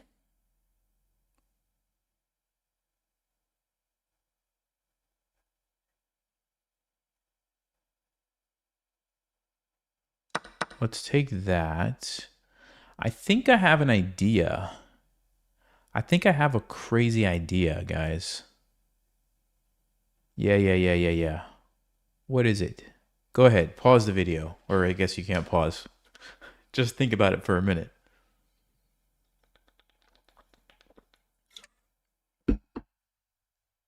All right, I'm pretty sure this is the winning move because you can't stop me from getting a queen. Even if you take my rook, I get a queen. I'm controlling it. I have support. And your queen, luckily enough for me, can't get to my king because of the pawns, which is kind of funny. All right, does it matter? I don't think so, but let's go here. Yeah, you can't stop h8 queen.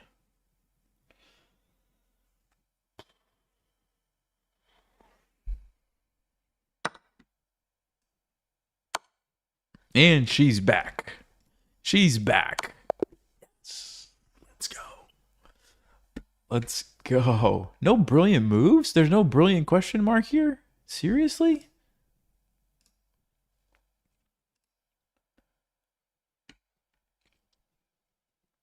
I'm telling you guys, the only reason that that game went that way is because of what happened in a previous game, which you will see this month. You'll know exactly what I'm talking about, but not for a few weeks. I don't want to spoil it, so I'm not going to say anything else. Yeah. Nope. Not going to say it. I'm not going to say anything else.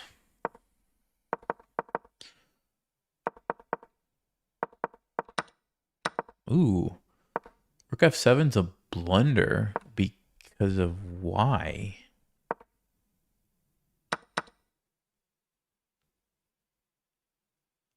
What? I'm sorry. Bishop takes g5? Are you kidding me? Followed by rook takes f2? Followed by queen. This is winning for black. Because what happens? Check. And I'm just mated? I'm just mated. Look at that. That is disgusting. Oh, man. The rook f2 was a huge blunder because of this beautiful sacrifice. Trade. Wow. Queen takes the rook. Oh, man. Okay. So I needed to play h4 to make sure that that was well defended. How about that? That's fascinating. Okay. Opponent didn't see it. It was still there again. Didn't see it. Knight's trapped. You know what's funny? This is not even the best move. Stockfish says the best move is queen g4. You just let them save their knight and just attack. And it's better for you. That is amazing. Because after this, if they would have played knight b3, and again, it's this bishop takes g5 sack. Look at this. This is so ridiculous. Now I'm just losing again. That's amazing. How quickly black just checkmates you if you let him do this. Unbelievable. Even without their knight. Very, very interesting.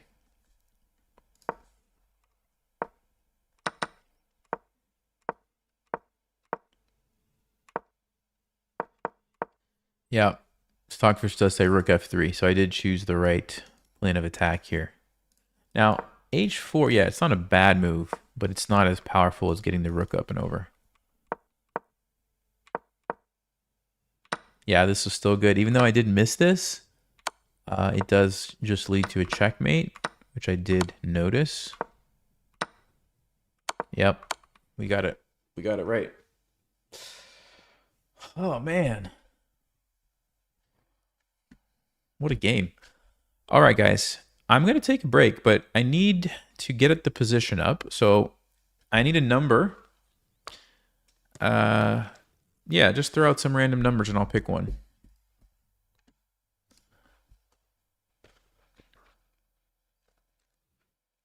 Let me see. Whose number am I going to pick today? Whose number?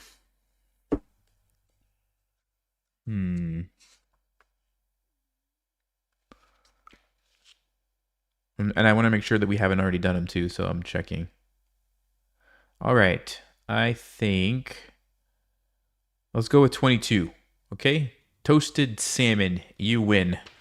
22 it is. All right, white to play and win. I'm going to set it up for you guys right now. Ooh, this looks interesting. I mean, I think they're all interesting. I say that every time, but this one looks quite fun too. Here. Wait, sorry, king is on the wrong square. It's right here. Okay, black pawns. Now, I'm going to load this, turn off the eval bar, even though you can already see it. Hold on. Okay, no eval bar. And let me add white wins, okay? Let me just make sure I'm not missing anything. No, okay. White to play and win. Pawns are going forward. Sorry, that's the wrong board. Pawns are going forward. Obviously, black's pawns are going this way. Okay. I'll be right back in a few minutes. You guys go ahead and solve this, and then we'll talk about it.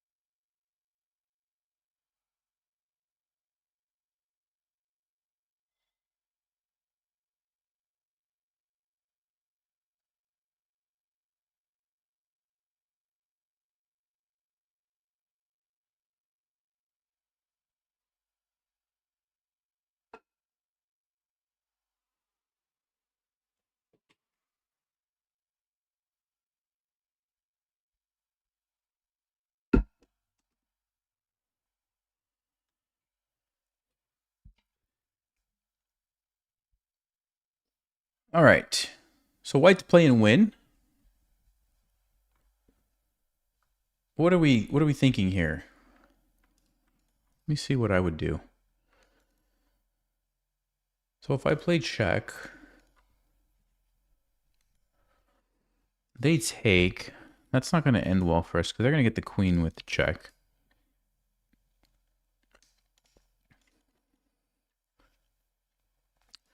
Some people are saying knight g3, so you want to go stop the pawn. That makes sense. I'm just not sure about d3. Check. We jump over here. And then our knight is blocking. Huh. Yeah, so that definitely looks interesting. The other thing, I guess we could go king e3 there. Yeah, I guess we could just go king e3. So knight g3 does look quite good. Yeah. I think I like what you guys are saying, knight g3.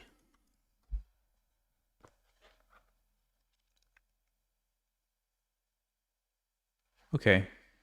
Let's see what the solution is. Okay. Oh, it is not knight g3. Not knight g3. White demonstrates the power of a queen who so often needs no help to bring about checkmate. The move is king f5? I'm like surprised by that one. What is happening with king f5? Okay, well, let's just start with the knight g3. Well, let's just see. What's wrong with knight g3? Okay, black's going to play c2. We try to stop them, I assume, is the idea. But then they play d3. And we have no way to stop these guys. Even if we bring the king, we're too late. They just take us. They have 2 threats. So that's why that doesn't work. If you throw in a random check, they just move. Again, you have no way to stop this. Okay, that's the problem with knight g3. g3 check. They take our knight. And now we can play king f5 and get something, but it's just a draw. Not going to be a win. Wow. All right. All right, let's see what the deal is. What's going on? Oh, okay, there's actually another line. a7. Okay, a7 fails because of c2. We get the queen. Black gets a queen with check. Now we go king f5 to get away. But queen g5 check. And black is surviving, maybe even better. And supposedly this is a draw. Okay, so that's why you can't just push your pawn straight away. So we move our king first. And now, this is okay, so this is the key difference. This is the key difference. Now if they try to do the same thing, playing c2, we don't go a7. We change our plan and we play knight f4. Oh, I see now. Wow. Okay. They get the queen. Look at this move, guys. g3 basically checkmates the king. They have to take you because your knight is taking away the escape squares. But then they walk into this fork. Wow. Does the line continue? The line does continue. Now they play g3, but we go a7. They go g2. We get the queen. They get the queen.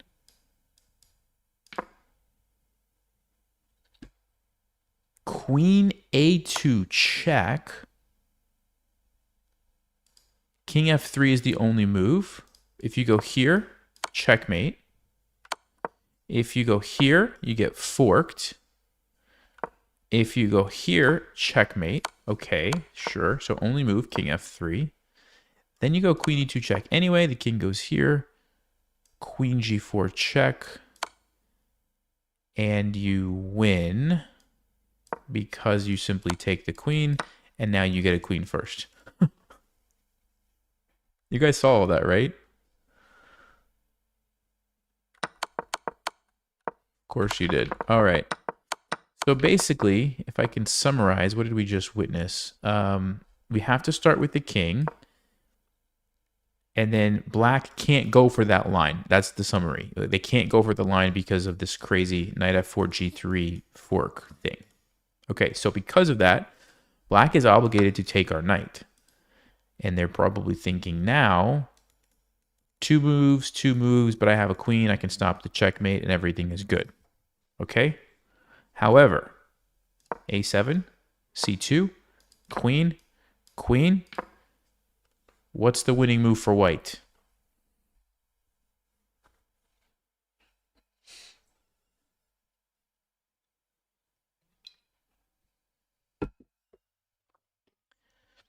Winning move for white? Anybody see it?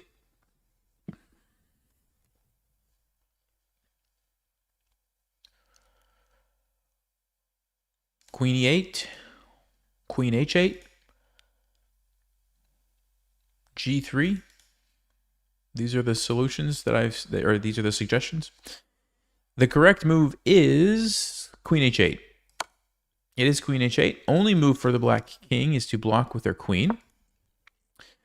Then we have queen e8 check now, and they can no longer move up. They can't block, so they have to go here. Then we jump down. And then they have two choices. It doesn't really matter. They can go here, and this is checkmate.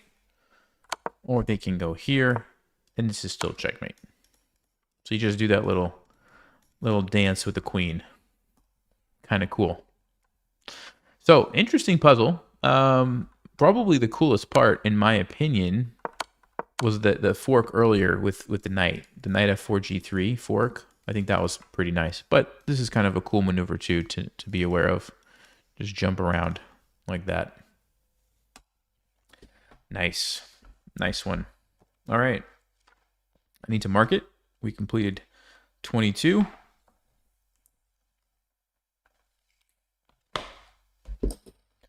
Thank you for the suggestion. And with that said, I will jump back into a game.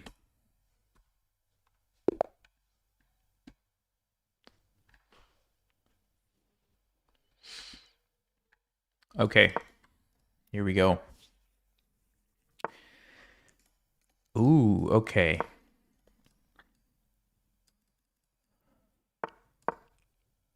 Gonna have a decision to make here. We're gonna have a tough decision to make here. Oh no.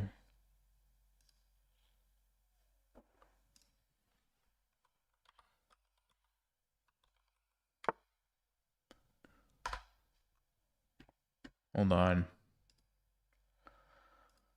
It's a brand new account.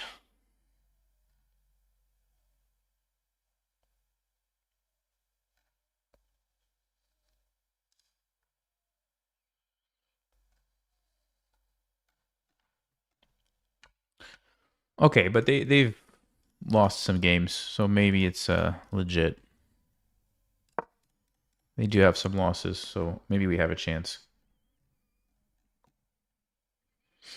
Maybe we have a chance.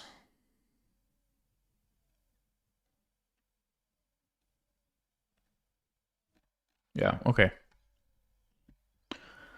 Let's see how it turns out.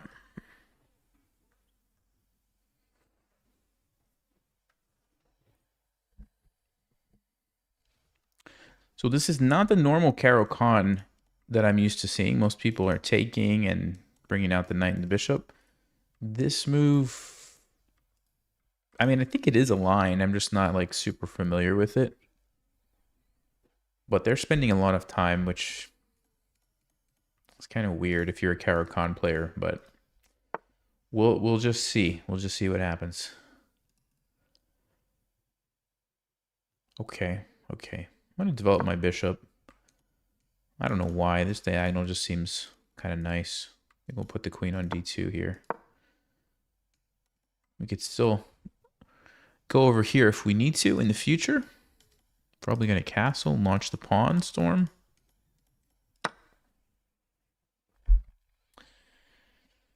So they are trying to win this, but I don't really care about this. I think I'm going to just castle and kind of turn it into a gambit. Yes. This is exactly what I was hoping for, actually. This is exactly what I was hoping for.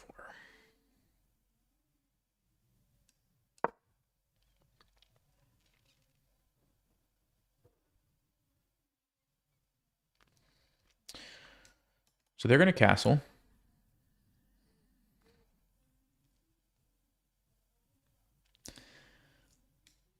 I might go here. I mean, I guess I don't have to castle. I guess I could play something like e6, but that looks pretty bad. So I'm expecting castling.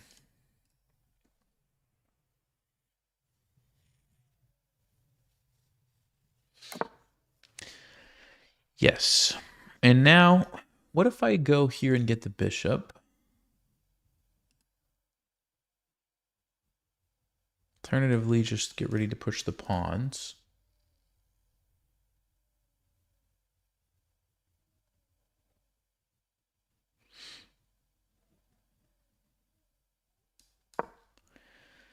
Yeah, I'm going to see if... Because if you get rid of the bishop, then the king doesn't have a good defender. It's easier to attack. So a lot of times this is a good strategy against the Cheeto here.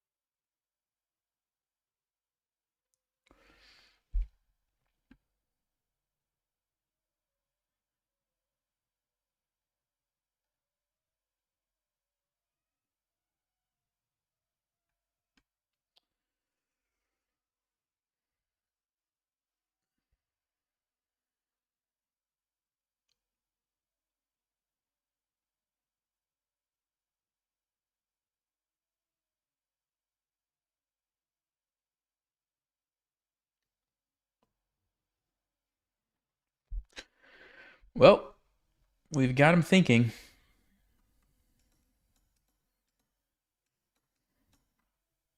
Just thinking about the juicers.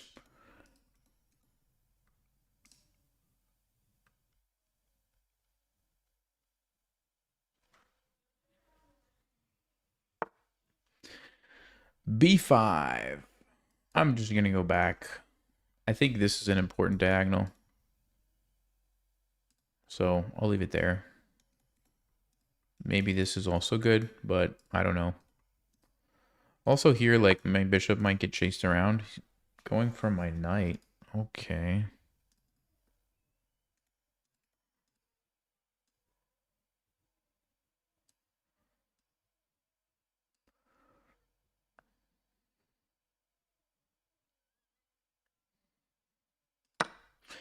Gonna go ahead and trade that. I don't want to get into any trouble where I have to move my queen and then I lose my bishop somehow.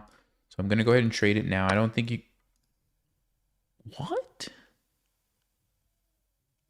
I was gonna say I don't think you can take that. What? Can't I just bring my queen here? What happens if I do that? Oh, is it knight? Is it some crazy knight g4 stuff? No way. Dude. Is this for real? Is this for real? Who plays chess this way? I'm taking it. I gotta take everything I can here.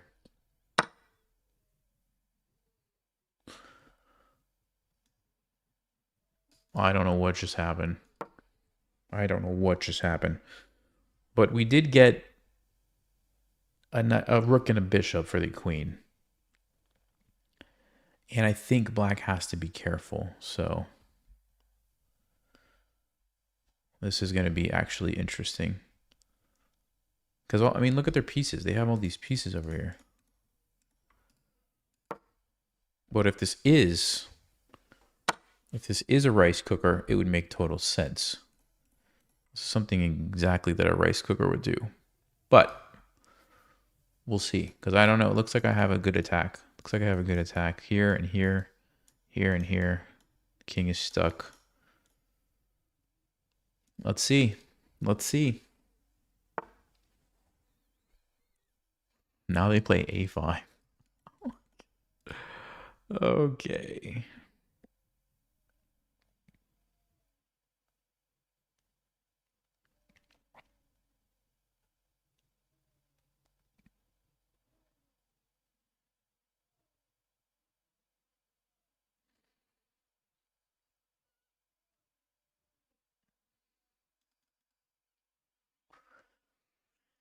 I have knight g5 or knight e5, actually.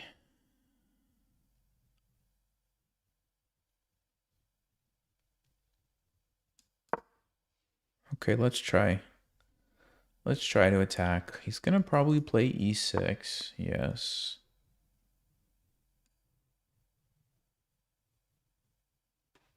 I'm going to go here. I don't know if we're going to see rook a7 or f5.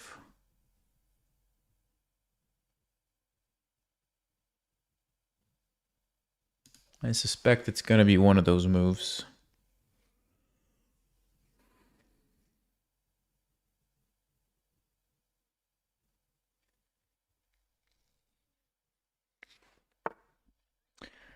Yeah.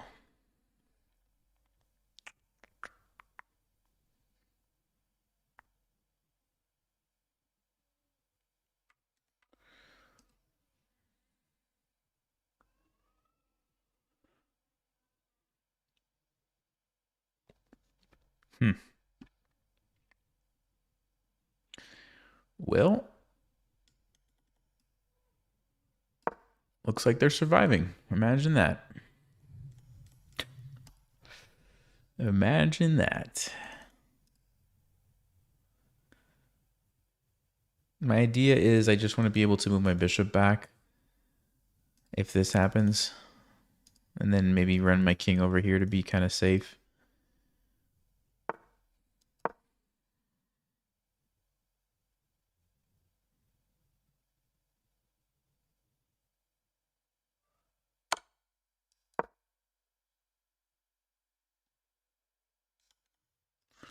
I think the king is relatively safe on d2 for now, at least.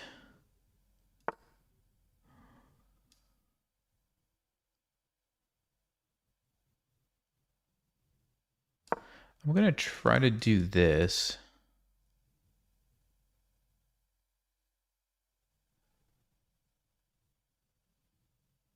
Also defends my pawn. Okay, stops me. Stops me from going there.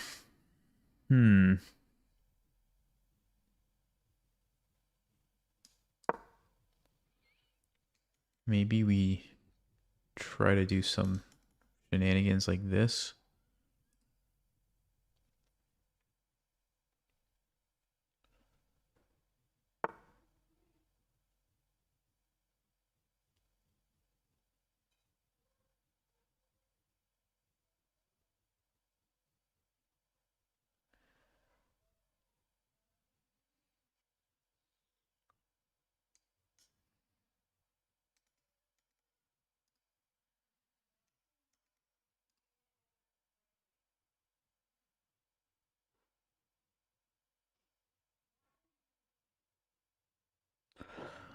Huh.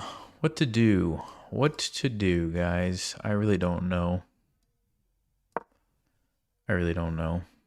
I don't know why I did that. Just not really sure what to do. Trey, welcome to Grandmasters in Training. Hey, thanks.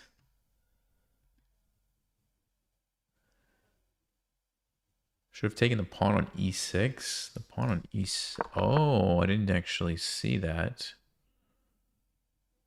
Yeah, maybe that was a good move. Although, yeah, I didn't see that. Didn't see it. The longer this game goes, the better chances I feel like I have of winning, though, because person seems pretty slow.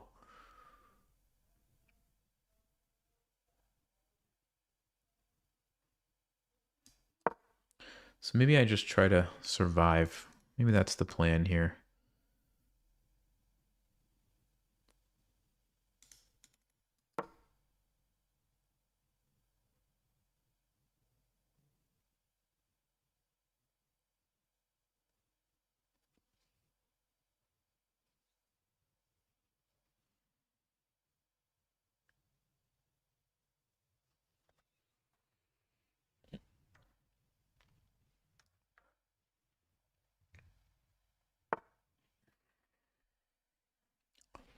Uh-oh. Uh-oh.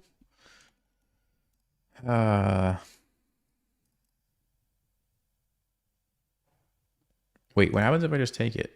What if I just take it?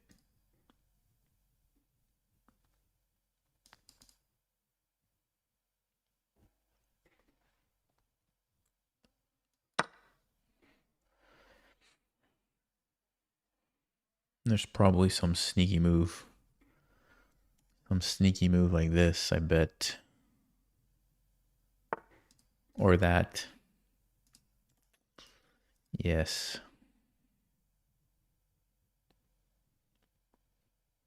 Yikes. Yikes. I'm going to give him the rook.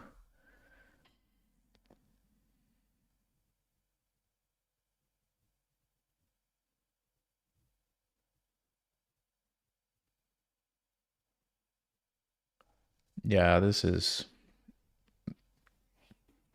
The time usage feels like rice all over it. It feels like rice everywhere.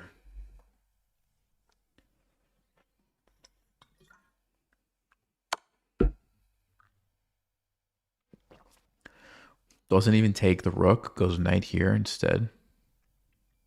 Because that's normal.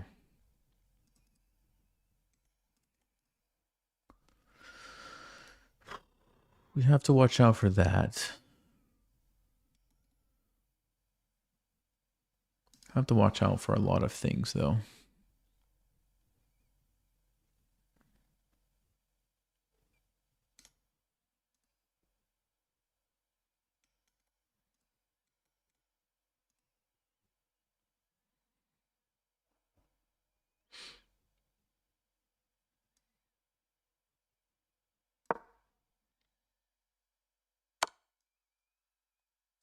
Oh, I can't go there. Oh. Okay, but I have bishop d3. I can play bishop d3.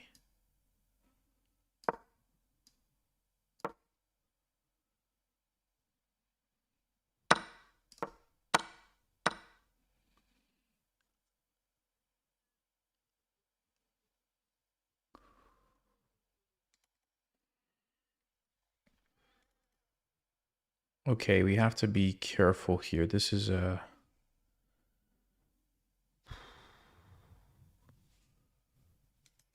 kind of a critical moment, I think.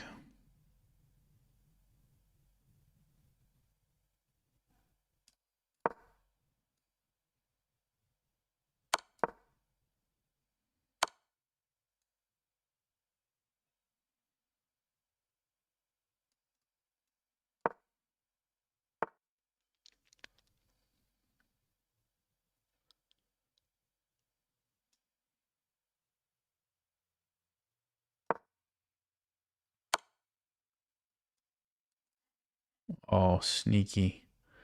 Sneaky, sneaky, sneaky.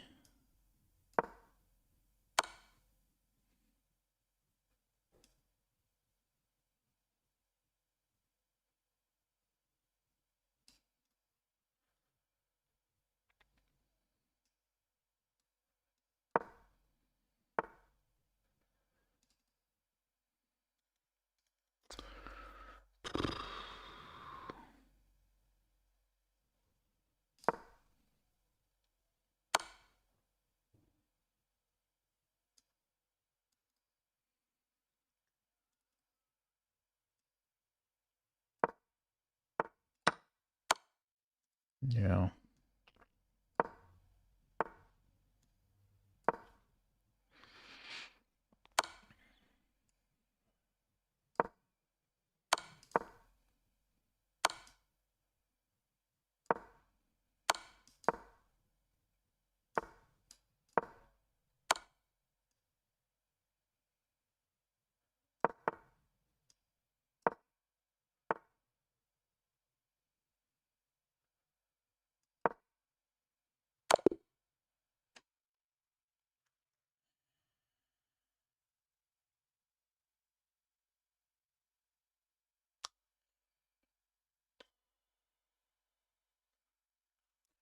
I didn't see that. I didn't see that.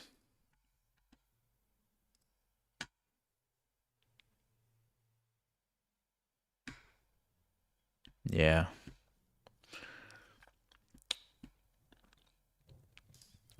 Let's report. I should have checked. It's my fault for not checking. I would have not played this game.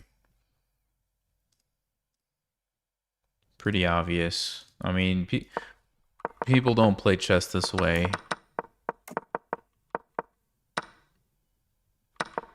Like, this line, like, nobody does this kind of stuff.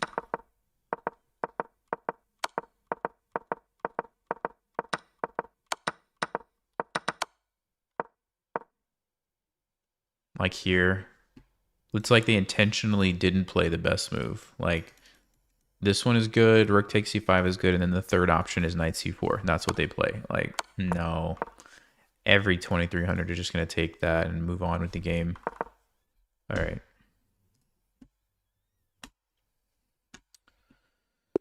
Time to do the check. 2014. Okay. Should be safe.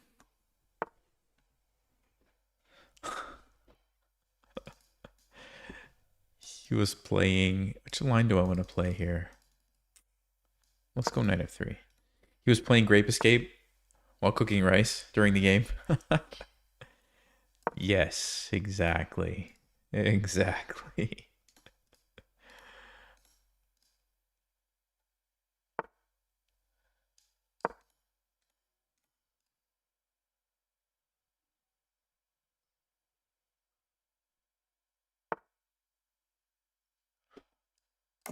Let's castle. Just keep it nice and simple.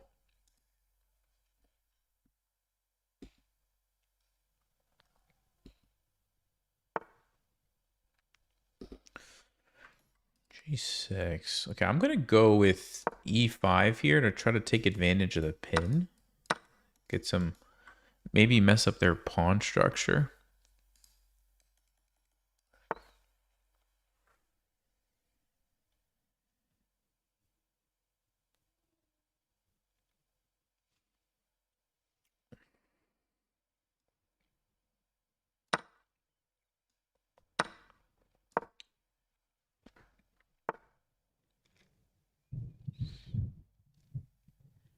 Okay.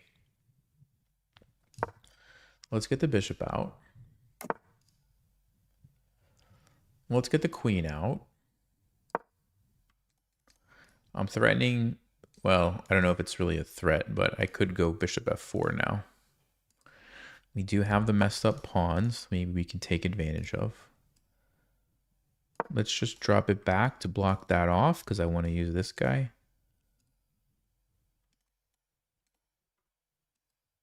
It almost looked like a tactic, but there's e5, so I need to prepare that with rook e1 first.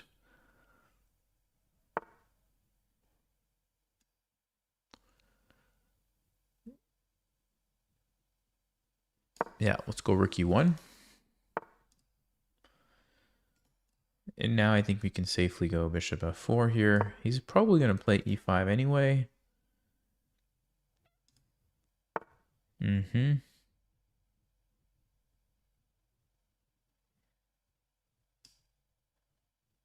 Just drop back.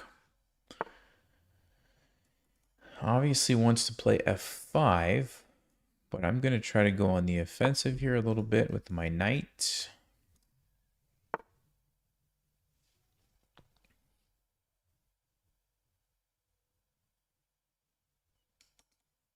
So f5, f4 is obviously the threat, right? So how do we deal with that?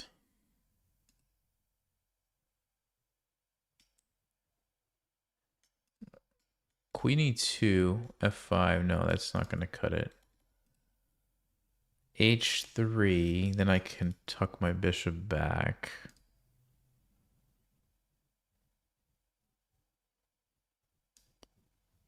Okay, we'll go h3. So this, we move our knight away. This, we can go back if we need to.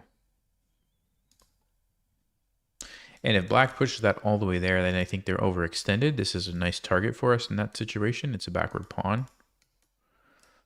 So I don't think they're going to do that.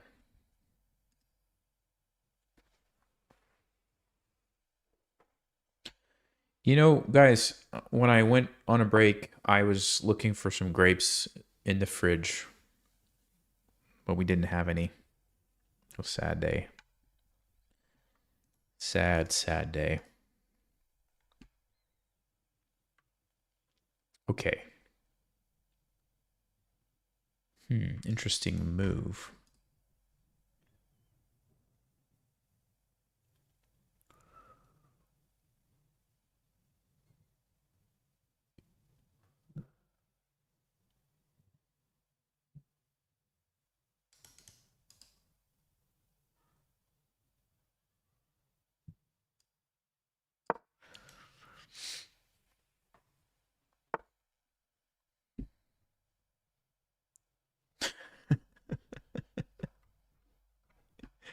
Yes, they all escaped. The only thing I had left was rice. Well said.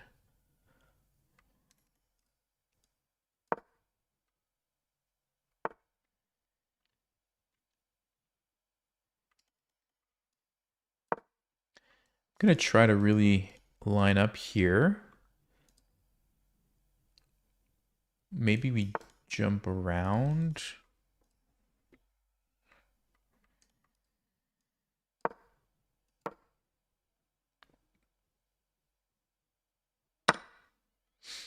Okay, so we've got the bishops.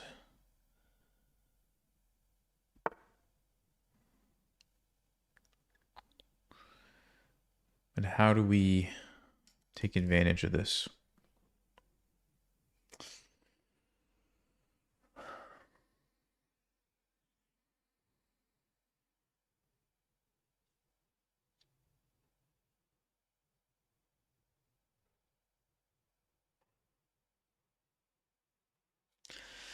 Yeah, I mean, I'm not sure what to do here, guys. What do I even do?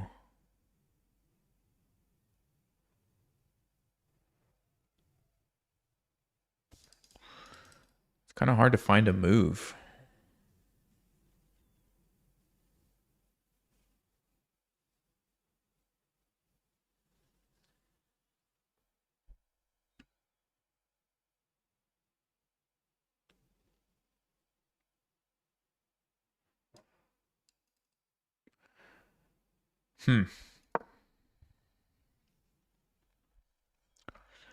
Now, you're probably wondering, why did I go there? I don't really know. My idea is if the bishop gets kicked back, maybe I need it to be able to go here. That's all I got for you.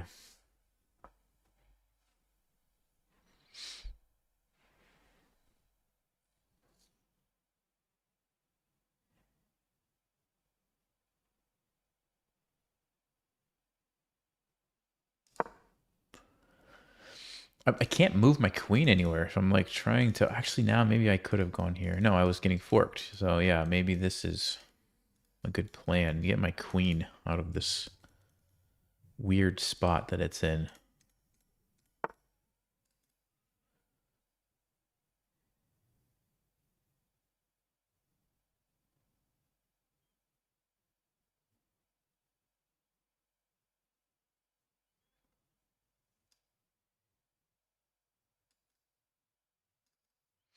Hmm. Hmm. Hmm. Hmm.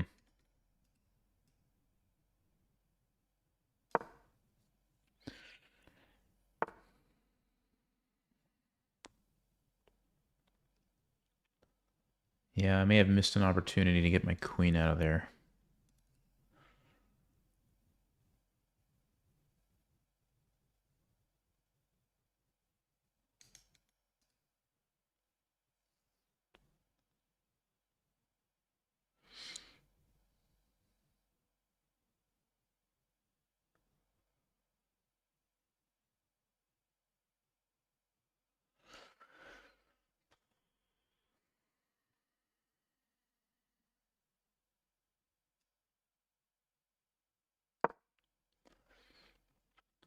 Probably risky, but I think we have to get some more options for my queen somehow. I think it's important. So I'm getting a little bit desperate here.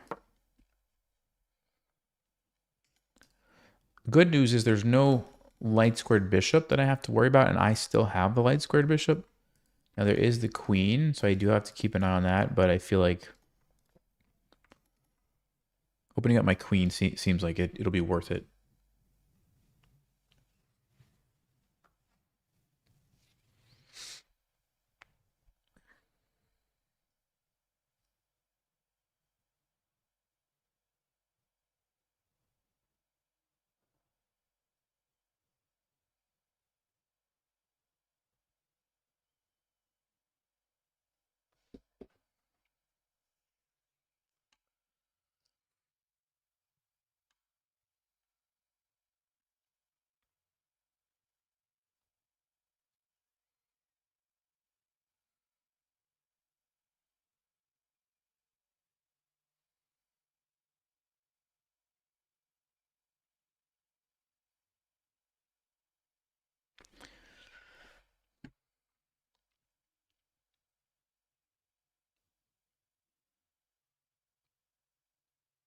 I don't really want to trade here because it fixes black's pawns.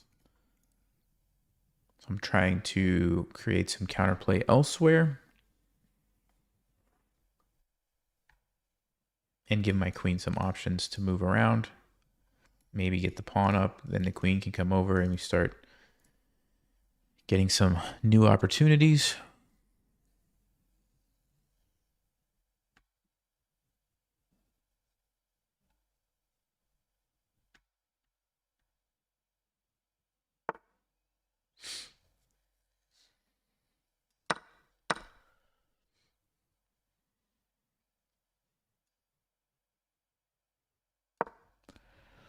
I'm actually going to try to use the G file now. My rooks just weren't doing anything.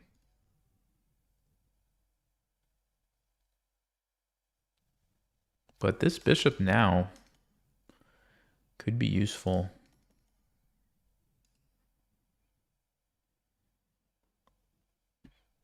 He might sack a pawn here.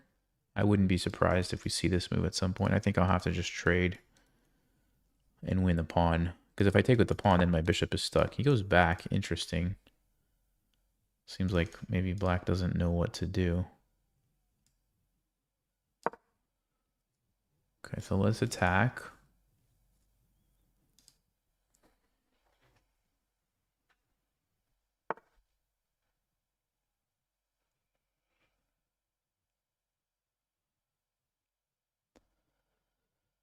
Yeah, that's a pretty good move, I guess.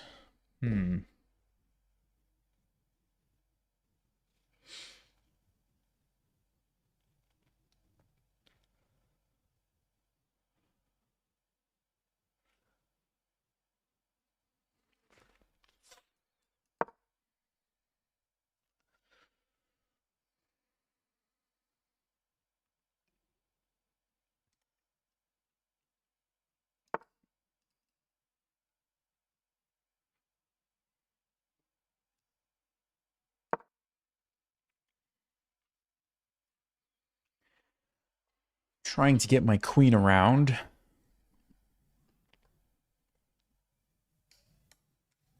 Keep the pressure on some things.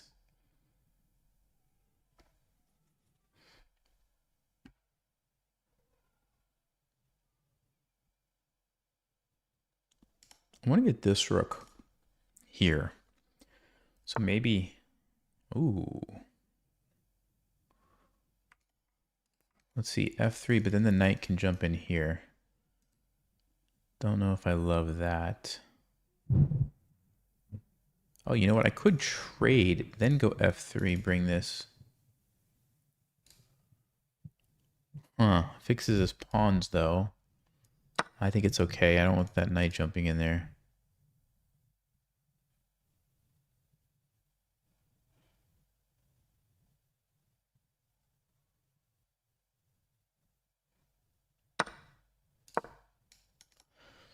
Okay, we're going here.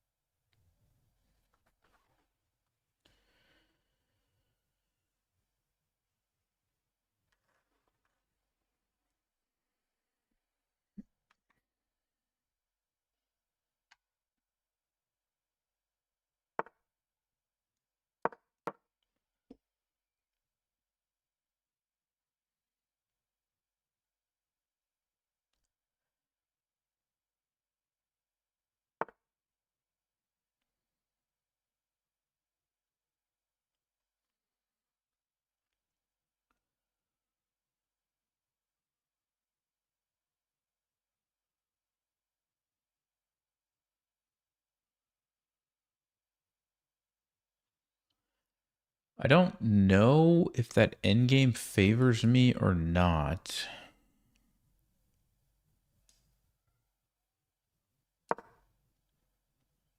Hmm.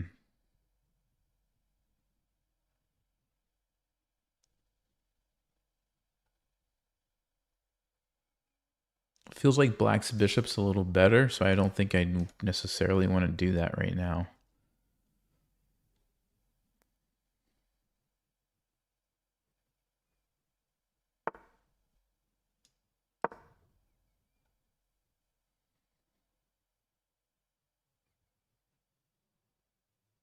I'm going to try to play faster and win on time. Whoa.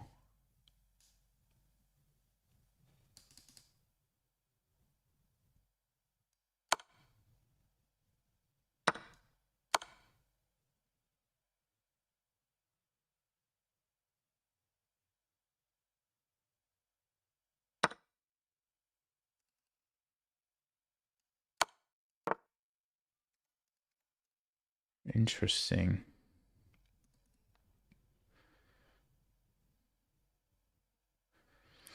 So he's sacking a pawn.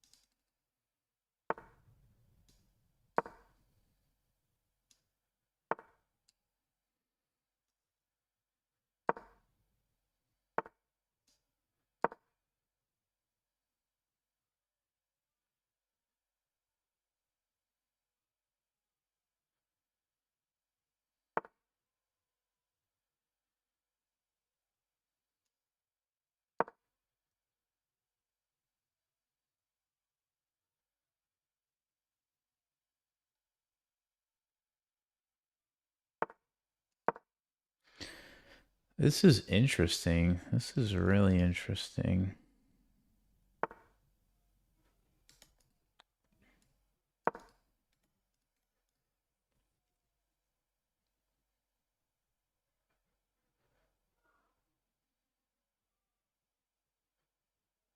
Is this... Oh. Oh, I didn't see that. What a good move. That's a great move. Well, so much for that game. Man, I just blew that, guys. I just blew it.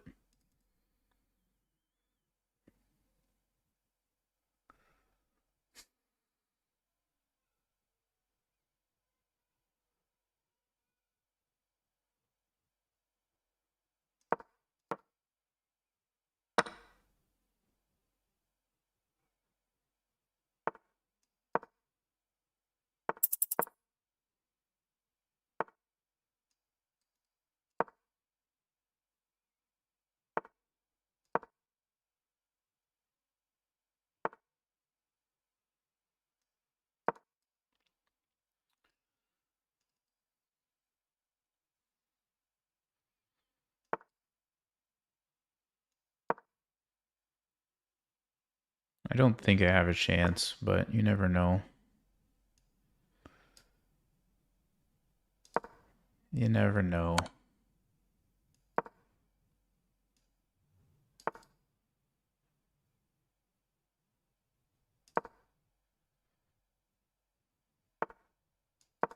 Yeah, he's not going to mess this up.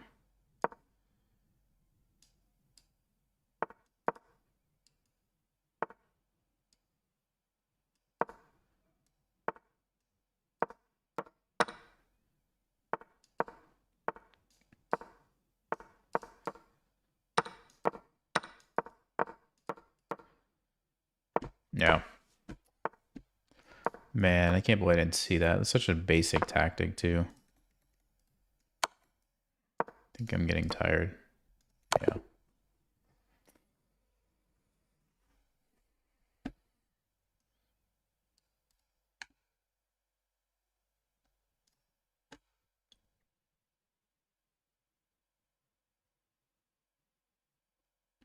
Yep. Just threw it at the end. It was a draw. Just threw it at the end.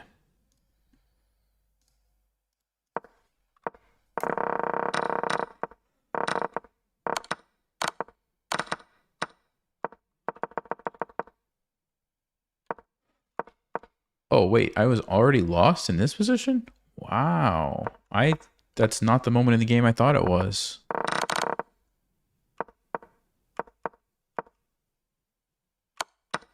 So wait, what was the losing move? Trading, no, not trading queens. Wait, what was the losing move?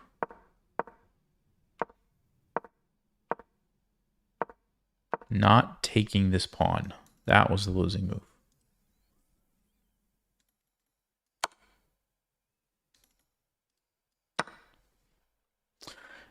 You know, I was thinking that if they took me, my king would be better positioned on f3. And I was thinking I wasn't risking much by allowing this because I thought, okay, long term, maybe these can even be targets. But obviously that was a bad decision, allowing my bishop to get trapped. Even if I don't fall for the tactic, it's just a losing position, which I didn't even realize. Yeah, that didn't even matter. I mean, even if I see that, and let's just say play here, he's still going to come over here and win.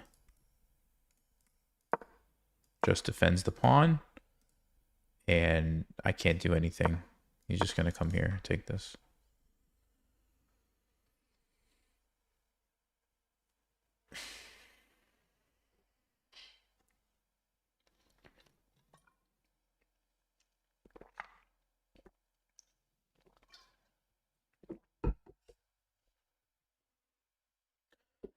Yep. Did I ever have an advantage? Let's see. I think I had a slight advantage earlier.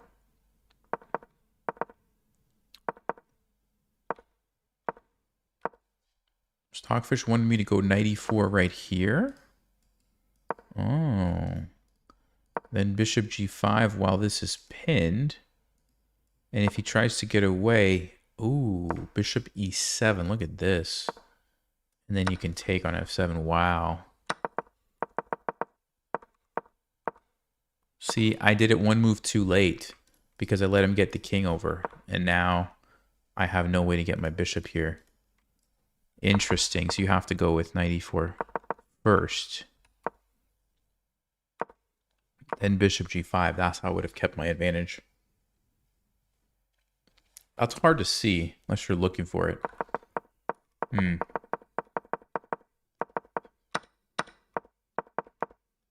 Yeah.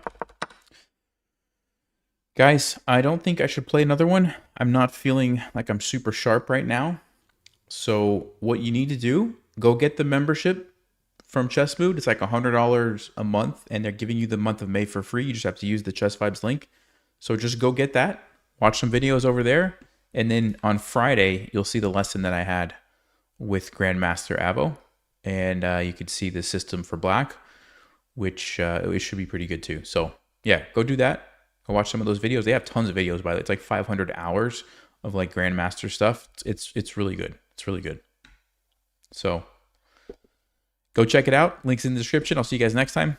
Thanks for watching, And as always, stay sharp, play smart, take care.